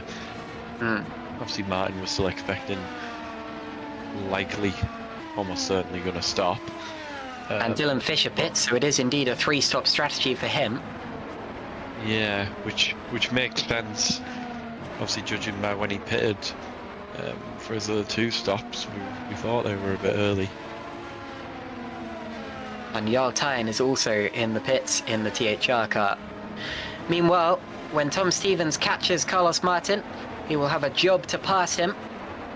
Martin, and side by side further back, we've got Pascal Pollent and Matthew Williams. Williams getting the upper hand there.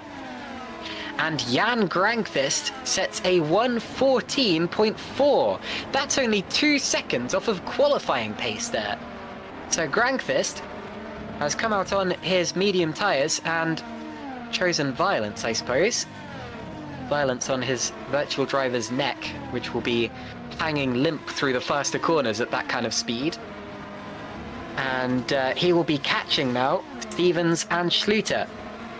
So the gap between Stevens and Martin is 0.6 of a second. He will catch him this lap. There they are, actually. They're right together. And Stevens will have to pass him as quickly as he possibly can.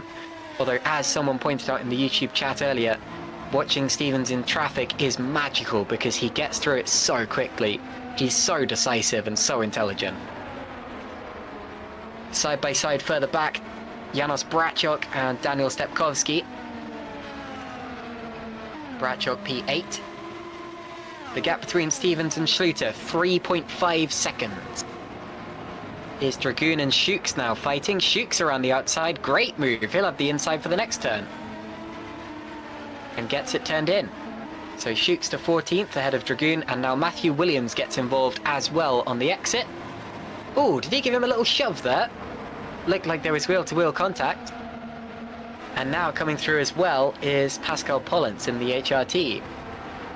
Gets through. That's all for the lower points paying positions. Here are the leaders. Stevens will get him this lap, surely. Down the start-finish straight, he'll open the rear wing. And this is a good place to make the move. You lose very minimal time doing it into turn 1. There he goes, but the gap for the lead did come down that last time around. So Stevens takes the lead, but the gap for the net lead is down to just 3 seconds now. It is not over yet with 14 laps to go in this race, Ryan. Exciting stuff. Certainly is. I really hope Schluter can just take out that extra bit of time and get onto the back of Stevens. Not entirely sure though, as these two are going at it. Brachok and Mutt. Bukowski dropped a place as well. Him and Vak together, 9th and 10th on the road. It's a little bit up and down in terms of the teams championship here. Like we've seen quite a few times this season, we have a few individuals that are scoring quite high for teams, as we see. Who's that? Fisher. A Fisher up the inside. Yep, gets that done. Obviously his tyres will be super fresh right now. Yeah, I wouldn't be surprised to see him doing Jan Grankvist pace any second now, as soon as he gets through this traffic. Sorry, Ryan. Yeah, TOP definitely going to have a good score. Adonis, similar. Going to have really good round. Unfortunately goes round. Hold the brake! I think he tagged him. I think Fisher tagged him from behind. And yeah, you're right. The drivers really need to remember to hold the brake and stay steady so that anyone approaching can see them coming. I'm just going to look back at it on the YouTube stream. I don't know if there actually was proper contact or whether it was kind of netcodey stuff where the hitbox is slightly larger than the car itself. We're going to see it on board with Dylan Fisher. Kind of looks as if Pollins just lost it by himself, doesn't it? But it was very close between the two. Fisher was sniffing the tail of the dog in front of him. And Fisher now 15th position, and Pascal Pollins unfortunately down to 24th, and he's in the pits. So this might well be the end of any chance that Pascal Pollins has of scoring points today.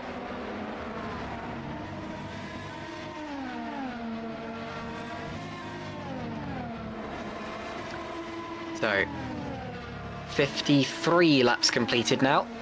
Here's Mark Schluter approaching Carlos Martin, losing a bit of time to Stevens as he goes, but he does get through now. Almost drives Martin off the road.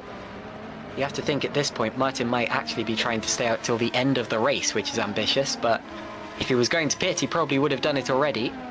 You could easily have run soft tyres to the end from about 6 or 7 laps ago. Martin down to 3rd though, and he will continue to drop positions as long as he stays out there, considering his car will not have the pace to fend off the drivers coming through. Stevens leads, Schluter 2nd, Martin 3rd. Grankvist is catching Martin fast. The gap for the lead now 3.3 seconds. It was always going to come out slightly as Schluter had to pass Martin in the same way that it came down when Stevens had to pass Martin. And he's got 12 laps to turn the tide now.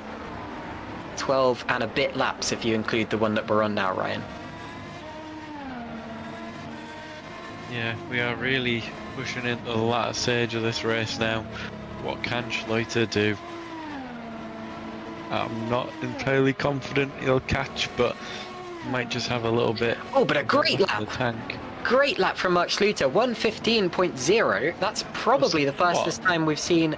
That's probably the 7/10 faster. Yeah, it is. What Stevens did. That's about the fastest lap we've seen on medium tyres all day. And that is about 7/10 faster than what Stevens did that last lap. Oh, Stepkovski's in the pits. I was not expecting another stop from him. Hopefully that's all scheduled and he hasn't had an incident or something. But Stepkovski will drop out of the top 10. But yeah, Schluter took masses of time out of Stevens on that last lap. This race is still on. Yeah, let's see if he can keep that pace up this time. Sector 1, they're very similar. Sector 2 now again also within the 10th of each other, so it might have just been a little bit of a one-off. There might have even been a mistake from Tom, who knows, but all it takes is another 2 or 3 like that and Schluter's right there. I think there was, but I mean, that was still an amazing lap from Mark Schluter. Not the best lap from Stevens, but I think that really exemplified it. And Schluter 7/10 off on that last lap, 7/10 off what he did the previous lap.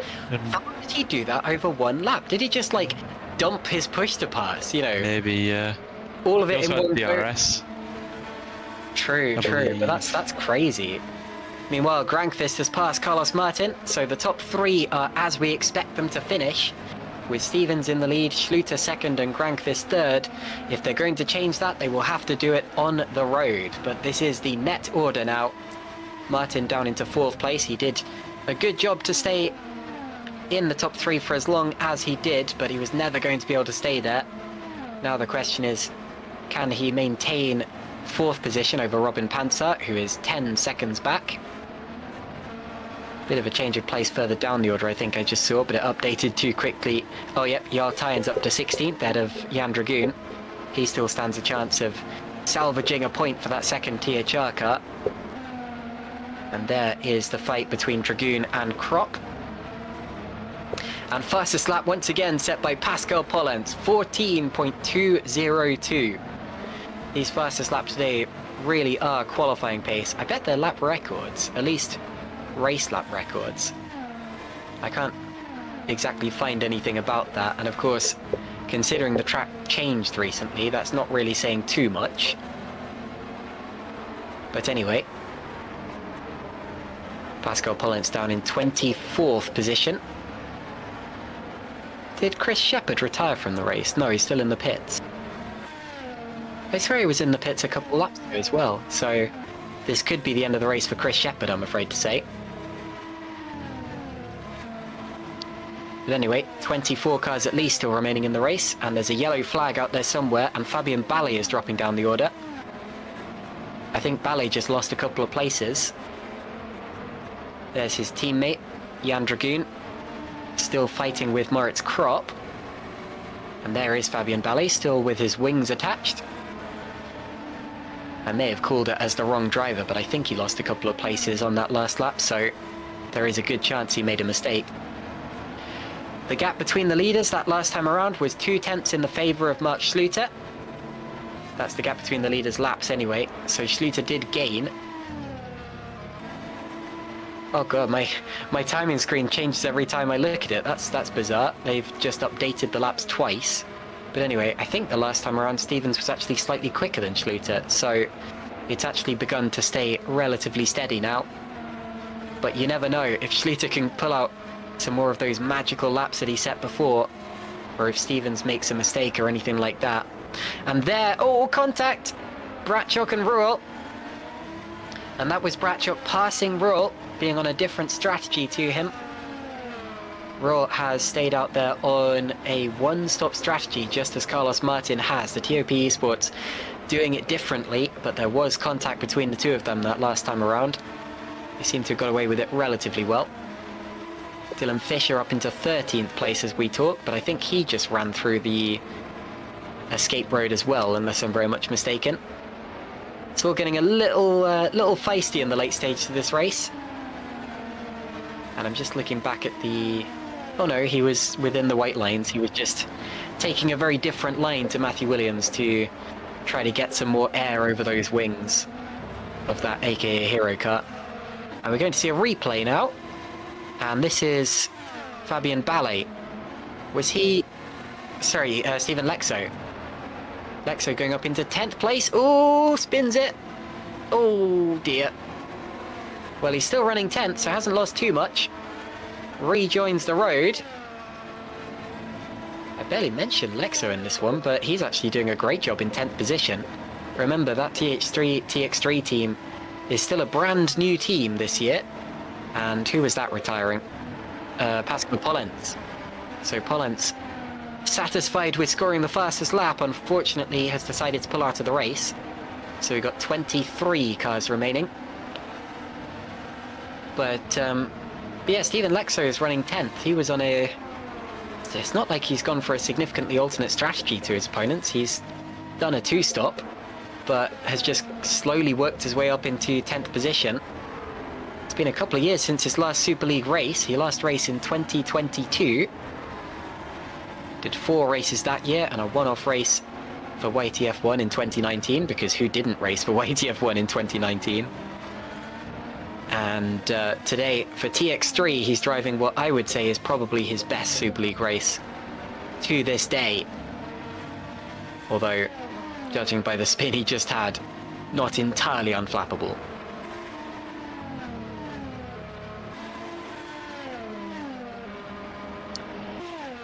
So Ryan, here's Stefan Roth being caught and about to be passed by Matthias Moos. Even though he is dropping in these late stages, even though it looks like he doesn't have the pace of his opponents, you've got to remember that Roth started 16th in this race, and he's up into 7th position. I mean, he'd be happy with 8th, wouldn't he? Well, exactly, you'd think so. He's just managed to go forward and got a solid set of points for TOP Sports as things stand. That's exactly what they need as well. Obviously, they've got star driver of Carlos Martin. They need somebody else in that car who can consistently deliver points, and further down the line, hopefully, you know, podiums and wins for him as well. And having a former champion in the car's certainly one way of achieving that, and he's done a great job considering his strategy. And I don't think he'll have wanted to qualify 16th either, or 17th or whatever he was. That strategy was a bit stronger when it was the top 10 that had to start on the alternate strategy, but now that obviously it's extended to 15th, it's not quite as powerful. So he's genuinely plucked away, worked hard, kept clean, and I mean, we've seen that from a few people. Lexau, Lalu up there as well, Williams, you know, all just your fairly standard races and kept it going.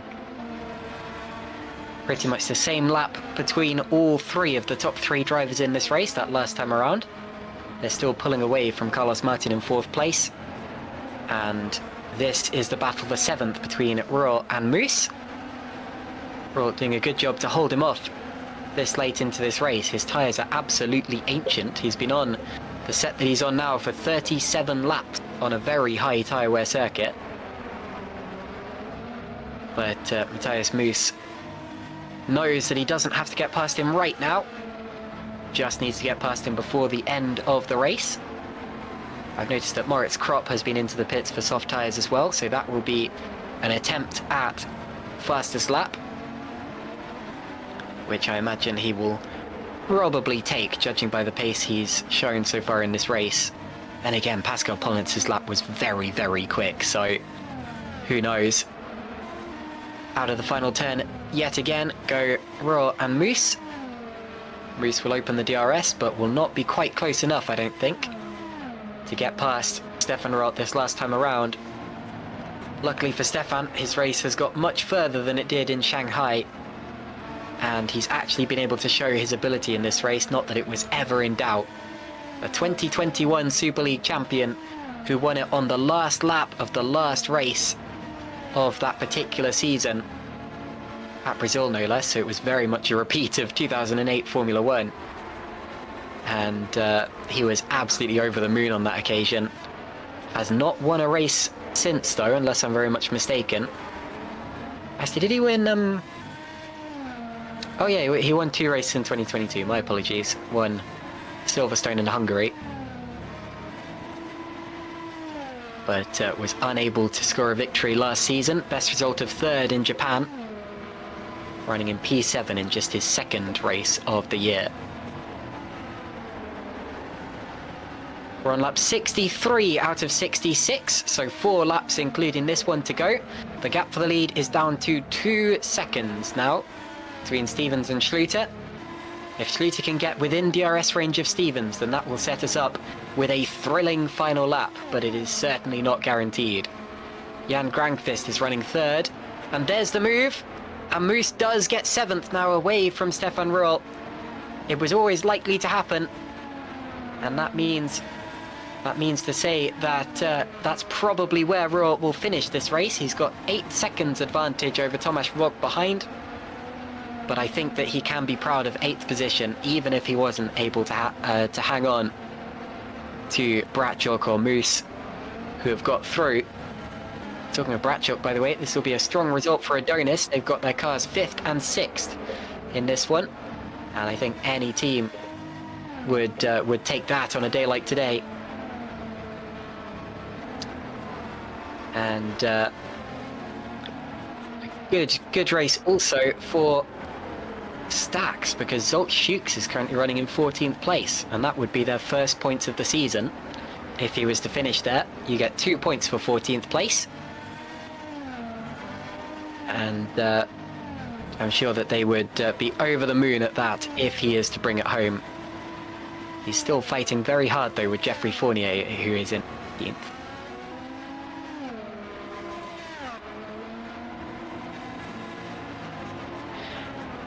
So Ryan, 3 laps to go now, including the one that has just been started.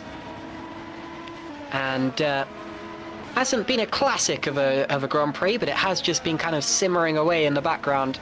There's always been the potential of something happening. You can see that Schluter has Stevens in his sights. I wonder if he saved up any push to pass. Little twitchy there, but he's okay. Push to pass is difficult to talk about because while every driver has a certain amount of it throughout the race, you can't see how much of it they've used, you can't see when they're using it, and you can't see how much they have left. So we like to bring it up and mention that they have it, but unfortunately it's very hard to commentate on. And Schluter's last lap time took 0.2 of a second out of Stevens.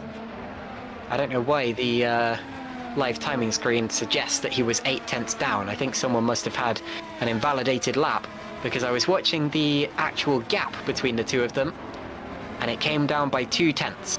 Schluter is now within 2 seconds of Tom Stevens, as we are on the penultimate lap of the race. I think it's too little too late, but guys, he's still going for it. He is still pushing, as is Robin Panzer now, who's caught up to Carlos Martin. You took the words out of my mouth. Too little too late, unfortunately. All it would have taken might have been one little overtake that would have been a bit cleaner for him, but that is racing, and Tom's driven a great race. But there's still not the end, you know, there's still a little bit to go, and we can still focus on these two who are going to be battling for 4th position. We go yellow in sector 2. Who's that? That's... Oh, Zolt Shukes, we're being told. Oh, don't tell me he's losing points. Zolt Shukes, the Stacks driver who was on his way to pick up his team's first points of the year, has dropped out of the points on the penultimate lap of the race. The leaders have now started the last lap of the race. The gap, by the way, has come out again, so 2 seconds. It was indeed too little too late for Mark Schluter. But here's the fight for P4. We've got Panzer slipstreaming Martin. He has the DRS open. He'll go to the outside on the final lap of the race. Around the outside, touches him, and they get through cleanly, just about. So Panzer takes 4th ahead of Carlos Martin. I don't know what that other yellow was for. But Shukes is out of the race. Shukes will not be finishing this race. Moritz Kropp has also, I think, called it a day before the end. Oh my goodness, I've just noticed Godona in the chat says, don't jinx it, FFS. And then immediately, I cannot believe that. I'm so sorry for you. I'm so sorry, Christian. I apologise on our behalf. Of course, the other Stacks didn't even make it out of the first lap. But we are now watching Tom Stevens, who will become the first, or who will win his first GPVWC Super League race of the year. He's the first non-brand new race winner of the year, and he wins it by 2.7 seconds over Mark Schluter. A pretty close race in the end. But unfortunately for Mark, it was too little too late. Jan Grangfist, our championship leader, recovers from his unfortunate showing in Canada to finish 3rd. Robin Panzer 4th, Carlos Martin 5th, then Janos Brachok, Matthias Moos, Stefan Ruhl, Stephen Lexo, Tomasz Wok are the top 10. So Lexo has passed Wok on the last lap. And a brilliant drive from Stephen Lexo in his first race since 2022. Lalu is 11th in the other Super Venturi car. Dylan Fisher P12, then Matthew Williams, Geoffrey Fournier, and Daniel Stepkowski P15 after an unexpected pit stop, which we're yet to have explained. And this is what happened to the unfortunate Zolt Shukes. He's in turn 4. Does he disconnect or does he have an accident? He's going to lose it. and he's in the barriers. That's tragic stuff in the late stages of the race. And his tyre gets collected there. Did you see that? The THR car collected his wheel.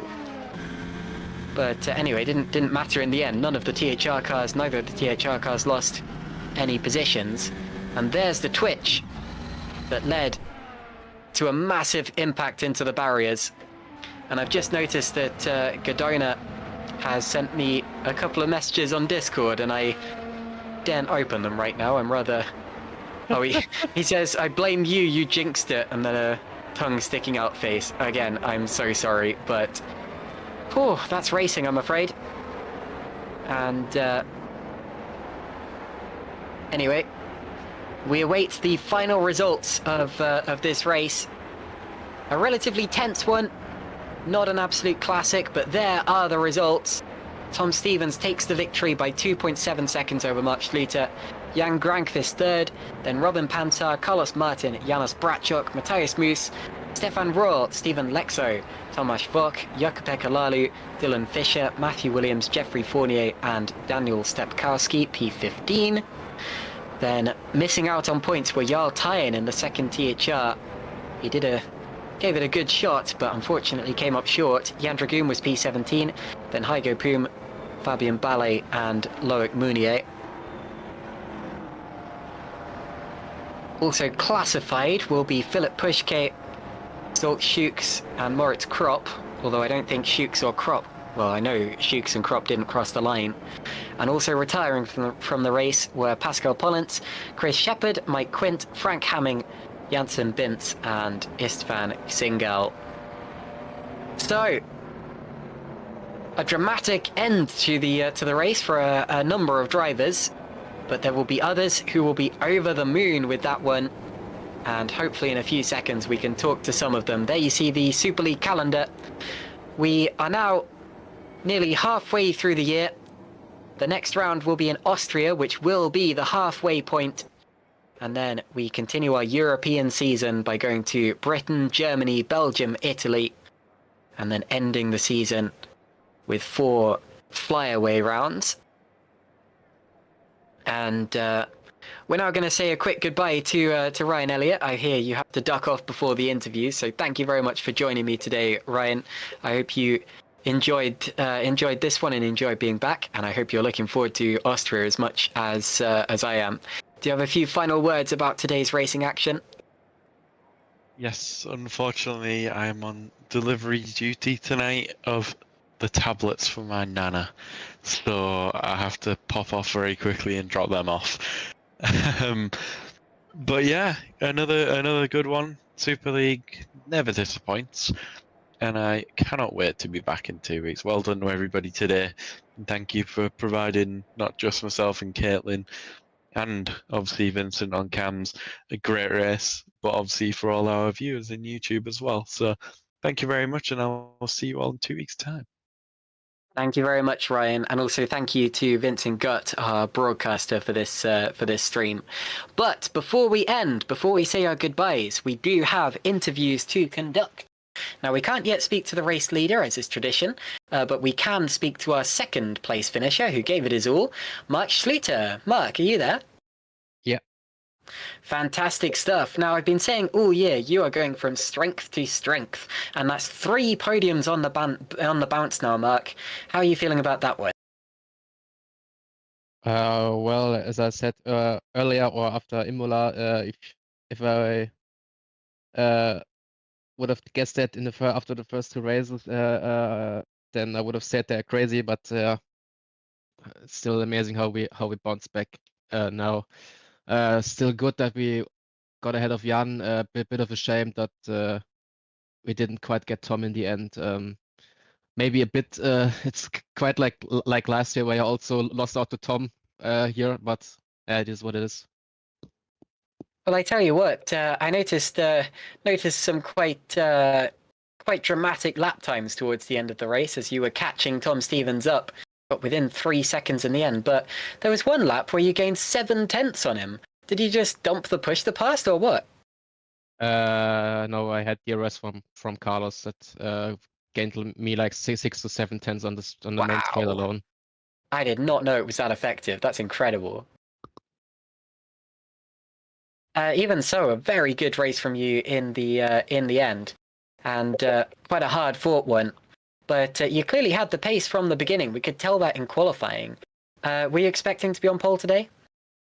I mean, I was expecting to fight for it, but I didn't expect to be on pole. I think THR are a bit quicker than us. Maybe it's not that much, but yeah, still got to push and try to optimize the setup for next races, and yeah, get my second win. Well, we're now at the halfway point in the season. Can we keep this momentum up? I hope so. If we keep this up and maybe Jan has some bad races again, like Canada, the championship is still on. But at the moment, I'm just looking from race to race and beating my the other rivals like Tom, Carlos, and Adam. I think who didn't race today. Indeed. So. Well, we So all like to see a fight, so you're giving us hope. Keep it up, Mark, and best of luck. And also, thanks for speaking to us. thank you. All right, that was second place finisher, Mark Schluter. And we can now speak to the race victor, Tom Stevens. Hello, Tom. Hello, how are you? I am very good, thanks. That was a pretty entertaining race. It was quite dramatic towards the end with Mark catching first. How was it from your point of view? Well, first off, just want to say big thanks to Toby, Jarl, Mike, Moritz, everyone back at THR and Nocturne. Really big effort going into this one, and today it showed. I mean, maybe from the others they had a bit of bad luck, but for sure we've got the package and the car going forwards. So really happy about that. But today, well, I mean, I'm very happy. I mean, it was a very tough race for sure. But yeah, we've not quite had the first leg of the season we kind of really wanted. There's been a few hiccups, a lot of things out of our control, but hopefully we can keep this going forwards. I imagine it's a bit of a relief, to be honest, because coming into this championship as the runner-up and as one of the main championship contenders, I imagine you expected to win by now, but you've got it. You've broken the duck, and you're back on the top step of the podium. So how are you feeling about this all? Well, new year, new season, new faces. I mean, yes, I was second last season, and unfortunately Jake didn't come back. But that still doesn't mean I'm going to easily get it. It's still full of very tough and very capable drivers, and it's a very close competition. So it would have been nice if it all came together a bit earlier. But as I said, we just have to keep going with what we have now. And the European leg of the season is usually my stronger point. So hopefully the momentum can keep going. Well, you mentioned Jake. Jake posted 4 words in the YouTube chat this whole race, and those words were, Tom Stevens is back. My apologies, looks like he did post a comment before that, but even so, you've clearly caught the attention of legends such as Jake Dennehan with that one. But what caught my attention was the start of the race. Because I said before the start, watch out for Tom Stevens. There's a long run down to turn 1. He's on the inside. Tom usually gets a good start. But it was feisty, man. You made contact with Mark. You held the inside. You held the outside, then the inside again. And you got through. How important was that for your race? Yeah, it was crucial in the end. Going into the first corner, I wanted to take the lead, but if I didn't, it was no drama. Spain is definitely a track where it's very tricky to overtake. Like, you either need to have like a bit of a tyre delta or quite a significant pace advantage to pass. So I did want to get into the lead. I didn't really want the dirty air. So I managed to get a better launch on the start than Schluter. Set it down the inside. I believe there was a bit of banging wheels, but it's all fair. That's racing at the end of the day. And from there, I just managed to control the lead. I could tell he wanted to try and get past, and I started struggling a bit in the end of the first stint. But I've got to give big credit to Toby. He pitted me at the perfect opportunity, and it allowed me to break away in the second stint. And I think the others ran hards, weren't they? They were, whereas yeah. I went medium. Yeah, I have to look into why they did that. I'm not too sure, but yeah, it all came together in the end. Yeah. So you went straight onto the mediums, and there was just nothing that anyone could do about that. Pulled out about 8 seconds of an advantage. So you say that was a surprise that everyone else went for hards. It wasn't like a risk for you to go onto mediums. It was more of a, you feel like everyone else dropped the ball a bit. Well, I mean, I wasn't too surprised when I heard they were on the hard, so it was a bit of a surprise because I didn't really like that tyre for this race. But what I assumed they were going to do is they were going to, because it's the C1 this time, it's the hardest of the 5 compounds. Yeah. It has a bit of a unique characteristic rather than the middle 3, where this one can just go really long at quite a good pace. And, well, I kind of expected them to do a last-minute dash on softs, and that's really what I was expecting Jan to do when I saw that he stayed out quite long. But they went for medium, and from that point onwards, I knew I just had to keep the laps going, stay focused, and it should all come in the end. Indeed. Well, you made it work, so congratulations, Tom. You're back on the top step of the podium. Thank you very much. And thank you for speaking to us. Okay, so that was Tom Stevens, the Grand Prix winner, our 5th Grand Prix winner of the year. And since we've spoken to everyone on the podium but one, we can now complete the set with our championship leader, Jan Grankvist. Hello, Jan. Hello there. So, Jan, after your, quite frankly, disappointing performance at Canada, you've clearly got it back on track. You've clearly got the pace up again, and you're back on the podium, where I'm sure you'll agree that you belong. How do you feel about that, and how was the race from your point of view?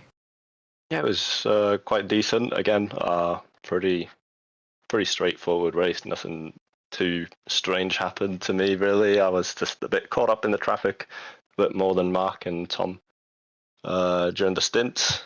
And I mean, that was basically what decided it between us 3. All 3 of us had really decent pace. I think I was genuinely the slowest out of the pack. I mean, the top 3. But what saved me was I could just leech onto Mark's DRS for basically all of the second stint. And that was my plan, basically, how to keep myself in contention for even a higher position, but mainly just to secure P3 for me. And yeah, that was basically how it went. Well, it worked out in the end. One thing I did notice was that it was so close in qualifying between you, Mark, and Tom. Did you think it was going to be between you 3 guys all the way through? And do you think there's anything more you could have done? Oh, absolutely not. I wasn't expecting to be in the top 5 because this doesn't really get talked about a lot. But I did want to test out the other cars. Just obviously, after coming from last round, I need to see where we're at. And the frustrating thing is that I have messed up the upgrades for our car. We haven't really taken any diffuser upgrades, and it looks like that has been pretty essential to get at least a few tenths out of the car and potentially just much more efficient, better performance. So I tested out, let's say, some of the other better upgraded cars on the grid, and we're genuinely still lacking about 2 to 3 tenths. And that's what's frustrating, because I know in the back of my head that, yeah, I belong in pole. However, it's just that's the name of the game. And right now we're driving a car that's a bit off the pace. But I did the best job I could today, so I'm really pleased with that. And Lalu, obviously, I feel a bit bad for Lalu having to struggle so much, because obviously about 2 to 3 tenths would mean, again, so many positions for him because the grid's just so close. And of course, with Adam Maguire unfortunately not able to make this particular race, that means you extend your championship lead again. But Stevens and Schluter, they're looking strong at this point. How are you feeling about the second half of the year? Yeah, it's going to be a lot more interesting than anyone would have thought. I think after the first 4 rounds that I had, I don't think that trend will be continuing at all going towards the end of this season. I think we've been left behind a bit on the upgrade race, and there are some things that I've had to learn the hard way and upgrading and developing the car, and I've lost quite a bit of resources for nothing, and not sure how well we'll be able to keep up come the end of the season, but we'll do our best, and it'll be definitely a fight to keep the championship lead on both fronts. The Drivers' Championship first and foremost for me, but then the Constructors will be really tough to keep if the trend is like I've gone to predict. Fantastic. Well, thank you very much for speaking to us, Jan, and congrats on getting back to the podium. Thank you very much. All right. Now, we don't just speak to the podium finishers. I always like to talk to someone else who may have been slightly overlooked, but deserves just as much attention for the race that they had. So I'm going to quickly bring in Stephen Lexo. Hello, Stephen. Good morning. Now, Steve, I wasn't expecting to see you racing today, and yet you have come away with your first Super League top 10. How did that come about? Red Van Racing is working together with Edge in terms of setups, so I barely got any practice in for Super Lights as I didn't really feel motivated, but they have built a very nice setup and I could use it in Super Lights, and as a little thank you, I helped a partner team of them, and it was basically made on Wednesday, so yesterday, and yeah, it was way better than I expected. I expected to finish around P17 to P25, I guess. So P9 is a little bit of a positive surprise. Well, very much so, but you really worked for that. And I mean, the 9th place you only grabbed in the last few laps as well. So clearly your race worked well. Was it strategy or did you just have the pace? I think it was a mix. The first stint was pretty tricky. I just was in that DRS train and no one could really do anything. And I think I had the least amount of top speed just to keep the tires alive, which worked very well in hindsight. And yeah, after the first stint, the second stint was more about just keeping the tires in check. And I was really surprised that some of the guys like Pascal Polens pitted from the hards after 13 laps only. And I think they messed up their strategy with that. Just like in Super Lights where I got a good strategy. I made it a little bit more challenging for myself by doing a little pirouette in the first turn. But yeah, was able to get it back on the final lap, fortunately. Absolutely, and I'm sure you can be very proud of your result today. Just quickly, are we expecting to see some more of you today? Or later this season, sorry? I don't really know, to be honest. It depends on if some of the teams need me, like Edge or TX3 again. I would like to keep my drives for them, as they do a lot for me as well in terms of setups for my Super Lights team, which I'm very grateful for. Yeah, let's see. Fantastic. Well, thank you very much for speaking to us, Stephen, and congrats on your first Super League top 10. Yep, thanks. Hope you enjoyed it. Fantastic. Okie dokie. So that was the end of this particular interview segment. I'd like to thank every driver that we spoke to very much for dropping in and giving us a little chat. And thank you all for watching this broadcast. It's been a fun one. It's been a pretty long one, admittedly. We've been going for 2.5 hours at this point. But even so, GPVWC is very much worth it. Remember that the next race is the Austrian Grand Prix, and I think this time it is in 2 weeks' time, although last time I said that I was wrong. It is 2 weeks' time, right? And then, of course, in the build-up to that, we have all of the junior categories, including Super Lights, Formula Sprint 1, Formula Sprint 2, and we also have an Academy Series race at Autodrom Most in the Czech Republic. That's on the 1st of July, and I'm going to be racing in that one, hopefully. So I would also appreciate if you guys could come along and give that some attention. But yes, thank you all very much for watching. Thanks to Ryan Elliott and Vincent Gutt for the broadcast, and of course GPWC for putting on a show as always. See you guys in 2 weeks' time.